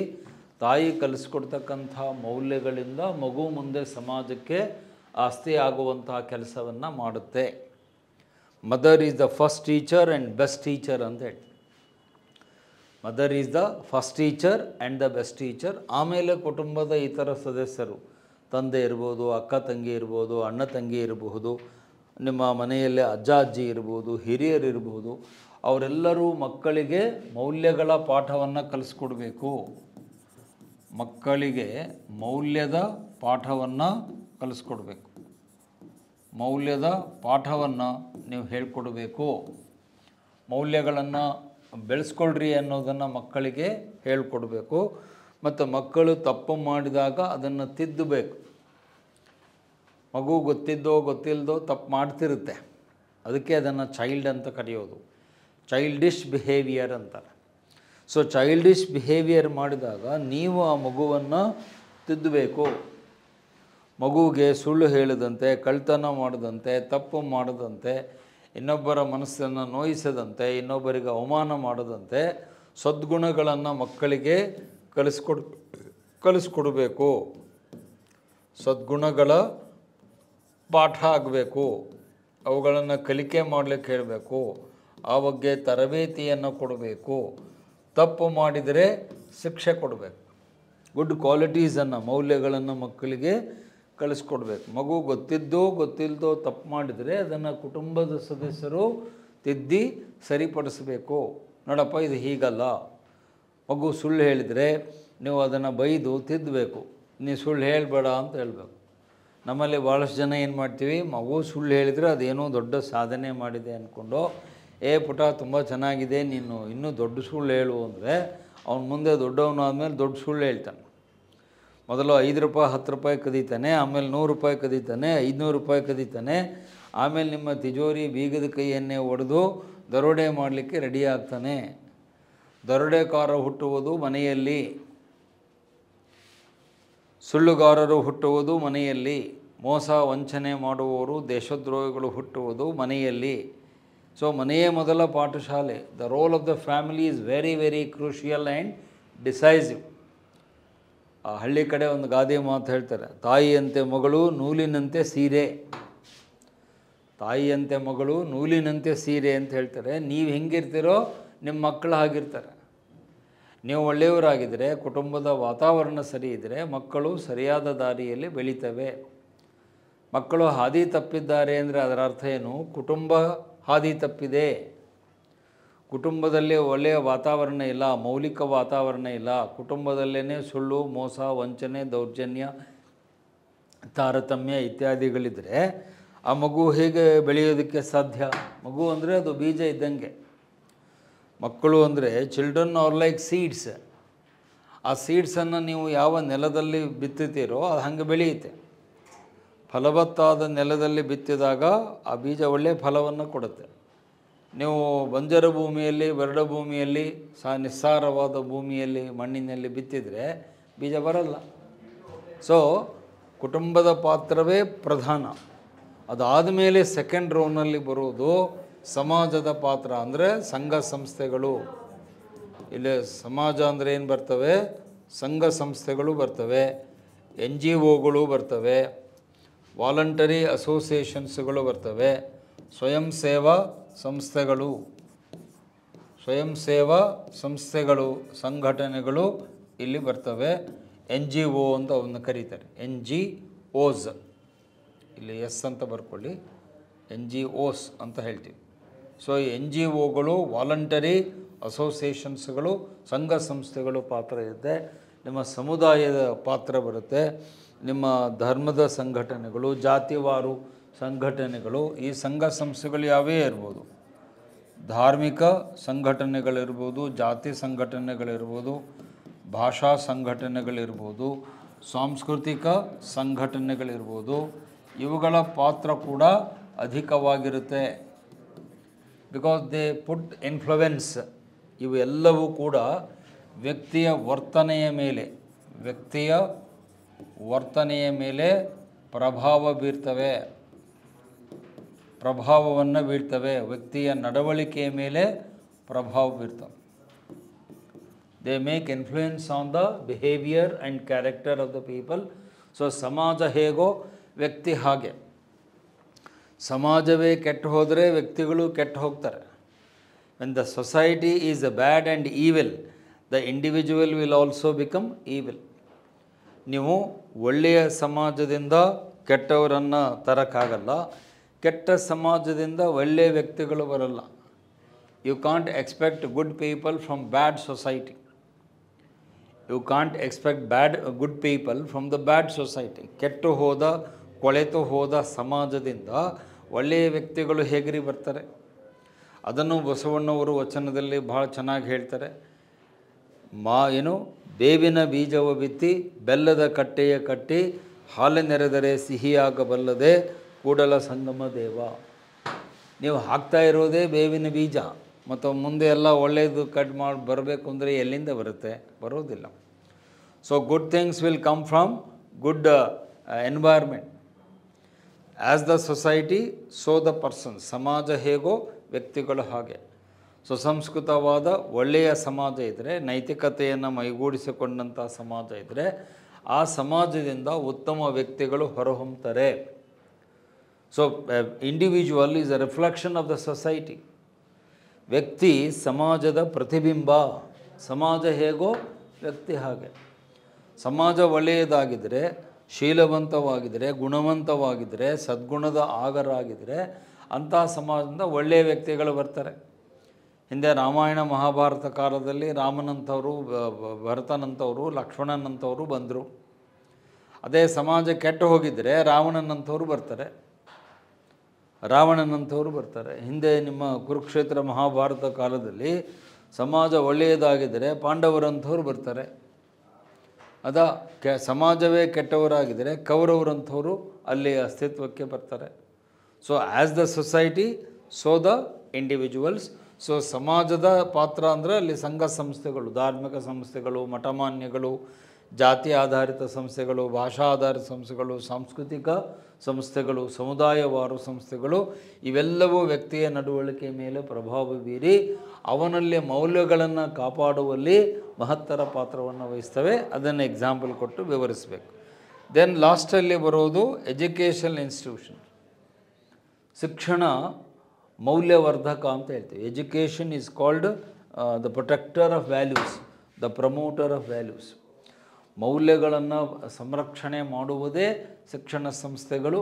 ಅದು ನಿಮ್ಮ ಶಾಲೆಗಳಿರ್ಬೋದು. ಇಲ್ಲಿ ಶಾಲೆ ಅಂತಂದರೆ it starts from your nursery ಹಂತದಿಂದ, ಪ್ರೈಮರಿ ಸ್ಕೂಲ್ ಹಂತದಿಂದ ಹೈಸ್ಕೂಲ್ ಹಂತದವರೆಗೆ 3 ಅಂಶಗಳು ಬರ್ತವೆ. Nursery, primary, high school. ಆಮೇಲೆ ನಿಮ್ಮ ಕಾಲೇಜ್ ಬರುತ್ತೆ, ನಿಮ್ಮ PUC ಕಾಲೇಜ್ ಬರುತ್ತೆ, ಡಿಗ್ರಿ ಕಾಲೇಜ್ ಬರುತ್ತೆ. ಆಮೇಲೆ ನಿಮ್ಮ ಯೂನಿವರ್ಸಿಟಿಗಳು ಬರ್ತವೆ, ಪೋಸ್ಟ್ ಗ್ರ್ಯಾಜುಯೇಷನ್ ಮಾಡುವಂಥ ಯೂನಿವರ್ಸಿಟಿಗಳು. ಈ ಶಿಕ್ಷಣ ಸಂಸ್ಥೆಗಳೇನಿವೆ ಅವು ಮೌಲ್ಯವರ್ಧಕವಾದ ಕೇಂದ್ರಗಳು, ಮೌಲ್ಯವರ್ಧನೆಯ, ಮೌಲ್ಯ ಪಾಲನೆಯ ಕೇಂದ್ರಗಳು. Educational institutions are the promoters of values, protectors of values, and the showcasing of the values has to be done in the curriculum. ಅದನ್ನು ನಾವು ಶಿಕ್ಷಣ ಸಂಸ್ಥೆಗಳ ಪಠ್ಯಕ್ರಮದಲ್ಲೇ ಅಳವಡಿಸ್ಕೊಳ್ಬೇಕು, ಪಠ್ಯಕ್ರಮದಲ್ಲಿ ಸೇರಿಸಬೇಕು. ಮತ್ತು ಅಲ್ಲಿ ಇರುವಂಥ ಉತ್ತಮ ಶಿಕ್ಷಕರು ಈ ಕೆಲಸವನ್ನು ಮಾಡಬೇಕು. ಉತ್ತಮ ಶಿಕ್ಷಕರ ಪಾತ್ರ ಅಲ್ಲಿ ಬಹಳ ಇದೆ. The role of teachers, lecturers, professors is very very important. A teacher is not only should not teach the subject, he should teach the morality. ಒಬ್ಬ ಶಿಕ್ಷಕ ಕೇವಲ ತನ್ನ ವಿಷಯವನ್ನು, ಪಾಠವನ್ನು ಬೋಧನೆ ಮಾಡುವುದಲ್ಲ, ಪಾಠದ ಜೊತೆಗೆ, ವಸ್ತು ವಿಷಯದ ಜೊತೆಗೆ ಮೌಲ್ಯಗಳನ್ನು, ನಡವಳಿಕೆಯನ್ನು, ಉತ್ತಮ ಒಂದು ಸಂಸ್ಕೃತಿಯನ್ನು ಕಲಿಸ್ಕೊಡ್ಬೇಕು. A teacher is not just an informer, he must be a motivator, he must be a role model. ಶಿಕ್ಷಕರು ಮಾದರಿಯಾಗಿರಬೇಕು, ರೋಲ್ ಮಾಡೆಲ್ ಆಗಿರಬೇಕು. ರೋಲ್ ಮಾಡೆಲ್ ಅಂತ ಹೇಳ್ತೀವಿ. Teacher should be a role model. ಆದರ್ಶರಾಗಿ ನಾವು ಮಕ್ಕಳಿಗೆ ಆದರ್ಶವನ್ನು ಪಾಠ ಮಾಡುವಂಥ ಕೆಲಸವನ್ನು ಶಿಕ್ಷಕರಾದವರು ಮಾಡಬೇಕು. ಏಕೆಂದರೆ ಮಕ್ಕಳು, ವಿದ್ಯಾರ್ಥಿಗಳು ಶಿಕ್ಷಕರನ್ನು ನೋಡಿ ಕಲಿತಾರೆ.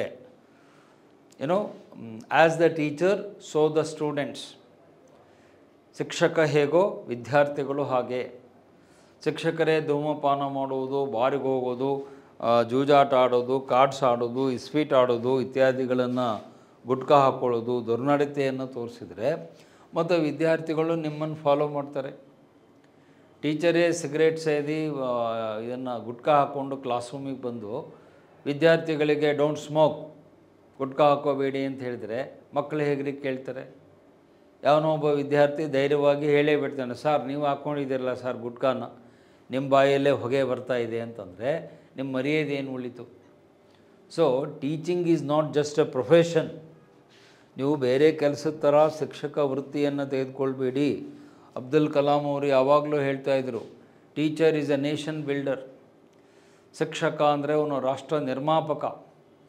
ಶಿಕ್ಷಣ ಅನ್ನೋದು ಒಂದು ವೃತ್ತಿಯಲ್ಲ, ಅದೊಂದು ಜವಾಬ್ದಾರಿ, ಅದೊಂದು ರಾಷ್ಟ್ರ ಸೇವೆ. Education is a service, national service. Education is a commitment. Education is a responsibility. ಶಿಕ್ಷಣವನ್ನು ನಾವು ಒಂದು ಜವಾಬ್ದಾರಿಯನ್ನಾಗಿ ತೆಗೆದುಕೊಳ್ಬೇಕೇ ಹೊರತು ಕಾಟಾಚಾರಕ್ಕೆ ಮಾಡೋದಲ್ಲ. Teaching should not be done for the sake of livelihood. ಕೆಲವ್ರು ಹೇಳ್ತಾರೆ, ಯಾವುದೂ ಕೆಲಸ ಸಿಗಲಿಲ್ಲ ಅಂದರೆ ಟೀಚರ್ ಆಗಿಬಿಡ್ರಿ, ಯಾವುದೋ ಶಾಲೆಯಲ್ಲಿ ಹೋಗಿ ಸೇರಿಕೊಂಡು ಏನೋ ಪಾಠ ಮಾಡಿಕೊಂಡು ಒಂದು 4 ದುಡ್ಡು ಮಾಡಿಕೊಡ್ರಿ. Please don't do that. ಹಾಗೆ ಮಾಡಬೇಡಿ. ಹಣ ಗಳಿಕೆಗಾಗಿ ಹೊಟ್ಟೆಪಾಡಿಗಾಗಿ ಶಿಕ್ಷಣ ವೃತ್ತಿಗೆ ದಯವಿಟ್ಟು ಬರಬೇಡಿ. ಇದನ್ನು ನಾನು ನೇರವಾಗಿ ಹೇಳ್ತೇನೆ. ಶಿಕ್ಷಣ ವೃತ್ತಿ ಹಣ ಗಳಿಕೆಗಲ್ಲ, ಗುಣಗಳಿಕೆಗಾಗಿ. ಶಿಕ್ಷಕರು ಹಣವಂತರಾಗಬಾರ್ದು, ಗುಣವಂತರಾಗಬೇಕು. A teacher should be a valuable person, not a rich person. ನಮ್ಮಲ್ಲಿ ಶಿಕ್ಷಕರನ್ನು ನಾವು ಹಣದಿಂದ ನೋಡ್ತೀವಿ. ಅವನ ಹತ್ರ ಎಷ್ಟು ದುಡ್ಡಿದೆ, ಟೀಚರ್ ಹತ್ರ ಎಷ್ಟು ದುಡ್ಡಿದೆ, ಬ್ಯಾಂಕ್ ಬ್ಯಾಲೆನ್ಸ್ ಎಷ್ಟಿದೆ, ಎಷ್ಟು ಕಾರ್ ಇದೆ, ಎಷ್ಟು ಬೈಕ್ ಇದೆ, ಎಷ್ಟು ಸೈಟ್ ಇದೆ, ಎಷ್ಟು ಮಳಿಗೆ ಕಟ್ಟಿಸಿದ್ದಾನೆ, ಎಷ್ಟು ಉಂಗುರ ಹಾಕ್ಕೊಂಡಿದ್ದಾನೆ, ಕೊರಳಲ್ಲಿ ಎಷ್ಟು ಬಂಗಾರದ ಚೈನ, ಅವನು ಶಿಕ್ಷಕ ಅಲ್ಲ. ಶಿಕ್ಷಕ ಯಾರು ಅಂದರೆ ಸರಳವಾದ ಪ್ರಾಮಾಣಿಕವಾದ ಬದುಕನ್ನು ನಡೆಸಿ ತನ್ನ ಬದುಕನ್ನು ವಿದ್ಯಾರ್ಥಿಗಳ ಜೀವನವನ್ನು ಮೌಲ್ಡ್ ಮಾಡುವುದಕ್ಕೆ ಗಂಧದ ಕೊರಡಿನಂತೆ ಸವಸಬೇಕು ಅವನು. ಶಿಕ್ಷಕ ಅಂದರೆ ಶ್ರೀಗಂಧದ ಕೊರಡಿದ್ದಂಗೆ, ಅದು ತೆಯ್ದು ತೆಯ್ದು ತೆಯ್ದು ತನ್ನ ಪರಿಮಳದಿಂದ ವಿದ್ಯಾರ್ಥಿಗಳ ಬಾಳಲ್ಲಿ ಬೆಳಕನ್ನು ಮೂಡಿಸ್ತಾನೆ. ವಿದ್ಯಾರ್ಥಿಗಳ ಬಾಳನ್ನು ಬೆಳಗಿಸುವವನು ಶಿಕ್ಷಕನೇ ಹೊರತು ತನ್ನ ಬಾಳನ್ನು ಬೆಳಗಿಸುವವನು ಶಿಕ್ಷಕ ಅಲ್ಲ. ಆ ಶಿಕ್ಷಕರ ಕಾನ್ಸೆಪ್ಟೇ ಬೇರೆ ಇದೆ ನಮ್ಮಲ್ಲಿ. ಅದಕ್ಕೆ ನಮ್ಮಲ್ಲಿ ಏನು ಹೇಳ್ತೀವಿ, ಗುರುಬ್ರಹ್ಮ ಗುರುವಿಷ್ಣು ಗುರುದೇವೋ ಮಹೇಶ್ವರ ಗುರು ಸಾಕ್ಷಾತ್ ಪರಬ್ರಹ್ಮ ತಸ್ಮೈ ಶ್ರೀ ಗುರುವೇ ನಮಃ. ನಮ್ಮ ಶರಣರು ಹೇಳ್ತಾರೆ, ಹರ ಮುನಿದರೆ ಗುರು ಕಾಯುವ. ಹರ ಮುನಿದರೆ ಗುರು ಕಾಯುವ. ದೇವ್ರ ಸಿಟ್ಟಿಗೆದ್ದರೆ ಗುರುಗಳು ನಿಮ್ಮನ್ನು ರಕ್ಷಿಸ್ತಾರೆ. ಅಂಥ ಗುರುಗಳು ನಮ್ಮಲ್ಲಿದ್ದರು. ವಿವೇಕಾನಂದರಿಗೆ ಪರಮಹಂಸರಂಥ ಗುರುಗಳಿದ್ದರು. ಗಾಂಧೀಜಿಯವರಿಗೆ ಗೋಖಲೆ ಅಂತ ಗುರುಗಳಿದ್ದರು. ಗಾಂಧೀಜಿಯವರು ಹೇಳ್ತಾರೆ, ಗೋಖಲೆಯವರೇ ನನ್ನ ಗುರು, ರಾಜಕೀಯ ಗುರು. ಅವರು ಹೇಳಿದ್ದಕ್ಕೆ ನಾನು ಈ ಮಟ್ಟಕ್ಕೆ ಬೆಳೆದಿದ್ದೇನೆ ಅಂತ ಹೇಳ್ತಾರೆ. ಸೊ ಗೋಖಲೆ ಇರದೇ ಇದ್ದರೆ ಗಾಂಧೀಜಿಯವರೇ ಇರ್ತಿರಲಿಲ್ಲ ಅಂತ. ಸೊ ಪ್ರತಿಯೊಬ್ಬ ನಿಮ್ಮ ಛತ್ರಪತಿ ಶಿವಾಜಿಯ ಹಿಂದೆ ಸಮರ್ಥ ರಾಮದಾಸ್ ಇದ್ದರು, ದಾದಾಜಿ ಕೊಂಡದೇವ ಇದ್ದರು, ಸ್ವತಃ ಅವರ ತಾಯಿ ಜೀಜಾಬಾಯಿ ಇದ್ದರು. ಹಾಗಾಗಿ ಶಿವಾಜಿ ಅಂತ ವ್ಯಕ್ತಿ ಹೊರಬರಲಿಕ್ಕೆ ಸಾಧ್ಯವಾಯಿತು. ಹೌದಾ? ಸೊ ಹಾಗಾಗಿ ಶಿಕ್ಷಣ ಸಂಸ್ಥೆಗಳ ಪಾತ್ರ ಇಲ್ಲಿ ಅತ್ಯಧಿಕ ಇದೆ. ಅವರ ಪಠ್ಯಕ್ರಮದಲ್ಲೇ ನೈತಿಕತೆ, ಮಾನವೀಯ ಮೌಲ್ಯಗಳನ್ನು ಬೆಳೆಸಬೇಕು. ಮತ್ತು ಶಿಕ್ಷಕರು ರೋಲ್ ಮಾಡೆಲ್ ಆಗಿರಬೇಕು, ಮಾದರಿಯಾಗಿರಬೇಕು. ಆದರ್ಶ ವ್ಯಕ್ತಿತ್ವವನ್ನು ಶಿಕ್ಷಕರು ಹೊಂದಿದಾಗ ಮಾತ್ರ ಆ ದೇಶ ಮುಂದೆ ಬರುತ್ತೆ. ಅಲ್ಲಿ ನನಗೆ ನೆಪೋಲಿಯನ್ ಬೊನಪಾರ್ಟೆಯ ಮಾತು ನೆನಪಾಗುತ್ತೆ. ನೆಪೋಲಿಯನ್ ಬೊನಪಾರ್ಟ್ ಹೇಳ್ತಾನೆ, how can A nation becomes great. ಒಂದು ರಾಷ್ಟ್ರ ಯಾವಾಗ ಗ್ರೇಟ್ ಆಗುತ್ತೆ ಅಂದರೆ ಅದಕ್ಕೆ ನೆಪೋಲಿಯನ್ ಹೇಳ್ತಾನೆ, ಗಿವ್ ಮೀ 2 ಥಿಂಗ್ಸ್. ನನಗೆ ಎರಡನ್ನು ಕೊಟ್ಬಿಡಿ, ನಾನು ನಿಮ್ಮ ರಾಷ್ಟ್ರವನ್ನು ಮಹಾನ್ ಮಾಡ್ತೀನಿ. ಏನು? Good mothers and good teachers make a nation great. Napoleon ಹೇಳ್ತಾನೆ, good mothers and good teachers make a nation great. ಒಂದು ರಾಷ್ಟ್ರ ಮಹಾನ್ ಆಗಬೇಕು ಅಂದರೆ ಉತ್ತಮ ತಾಯಂದಿರು ಮತ್ತು ಉತ್ತಮ ಶಿಕ್ಷಕರು ಇಬ್ಬರೇ ಸಾಕು. ಉತ್ತಮ ತಾಯಂದಿರು ಮತ್ತು ಉತ್ತಮ ಶಿಕ್ಷಕರಿಂದ ಒಂದು ರಾಷ್ಟ್ರ ಮಹಾನ್ ಆಗುತ್ತೆ, ಮುನ್ನಡೆಯುತ್ತೆ ಅಂತ ನೆಪೋಲಿಯನ್ ಚಕ್ರವರ್ತಿ ಹೇಳ್ತಾನೆ. That's a quotation you can take here. ಉತ್ತಮ ತಾಯಿ ಅನ್ನೋದು ಈ ಪಾಯಿಂಟಲ್ಲಿ ಬರುತ್ತೆ. ಉತ್ತಮ ಗುರುಗಳು ಅನ್ನೋದು ಶಿಕ್ಷಣ ಸಂಸ್ಥೆಯಲ್ಲಿ ಬರುತ್ತೆ. ಇನ್ ಬಿಟ್ವೀನ್ ನಿಮ್ಮ ಸುತ್ತಲಿನ ಸಮಾಜ, environment. If the environment is good, the people inside are good. If the environment is bad, then the people are also bad. ಏಕೆಂದರೆ ಈ ಪರಿಸರದಿಂದನೇ, ಇಲ್ಲಿ ಸಮಾಜ ಅಂದ್ರೇನು, ಪರಿಸರ. ಸೊ ಸಮಾಜ ಚೆನ್ನಾಗಿದ್ದರೆ ಒಳ್ಳೆಯ ವ್ಯಕ್ತಿಗಳು ಹೊರಗೆ ಬರ್ತಾರೆ. ಸಮಾಜವೇ ಕೆಟ್ಟು ಹೋದರೆ ನೀವು ಒಳ್ಳೆಯದನ್ನು ಹೇಗೆ ನಿರೀಕ್ಷಿಸ್ತೀರಿ? ಸಾಧ್ಯವೇ ಇಲ್ಲ ಅಲ್ವಾ? ಸೊ ಹಾಗಾಗಿ ಕುಟುಂಬದ ಪಾತ್ರ, ಸಮಾಜದ ಪಾತ್ರ, ಶೈಕ್ಷಣಿಕ ಸಂಸ್ಥೆಗಳ ಪಾತ್ರ ಮೂರೂ ಮುಖ್ಯವಾಗಿವೆ, ಮೂರೂ ನಿರ್ಣಾಯಕವಾಗಿವೆ. ಅದರಲ್ಲಿ ಸೀರಿಯಲ್ ನಂಬರ್ 1 ಈಸ್ ಫ್ಯಾಮಿಲಿ. ಯಾಕಂದರೆ ಮಗು ಫಸ್ಟ್ ಎಕ್ಸ್ಪೋಸ್ ಆಗುವುದು ಕುಟುಂಬದಲ್ಲಿ. ಮಗುವಿನ ಕಲಿಕೆ ಸ್ಟಾರ್ಟ್ ಆಗುವುದೇ ಕುಟುಂಬದಲ್ಲಿ. ಅದು ತಾಯಿಯ ಪ್ರಭಾವ ಮುಖ್ಯ ಆಗುತ್ತೆ. ಆನಂತರ ಶಿಕ್ಷಣ ಸಂಸ್ಥೆಗಳು ಬರ್ತವೆ. ಆನಂತರ ಮಗು ಸಮಾಜವನ್ನು ಎಂಟರ್ ಮಾಡುತ್ತೆ. ಆ ಸಮಾಜವು ಕೂಡ ಒಳ್ಳೆಯ ವಾತಾವರಣವನ್ನು ಇಟ್ಕೊಳ್ಬೇಕು. ಒಂದು ಮೌಲಿಕವಾದ ಸಜ್ಜನಿಕೆಯ ವಾತಾವರಣ ಸೃಷ್ಟಿಯಾದಾಗ ಮಾತ್ರ ನಾವು ಒಳ್ಳೆಯ ಸಮಾಜವನ್ನು ಕಟ್ಟಲಿಕ್ಕೆ ಆಗುತ್ತೆ.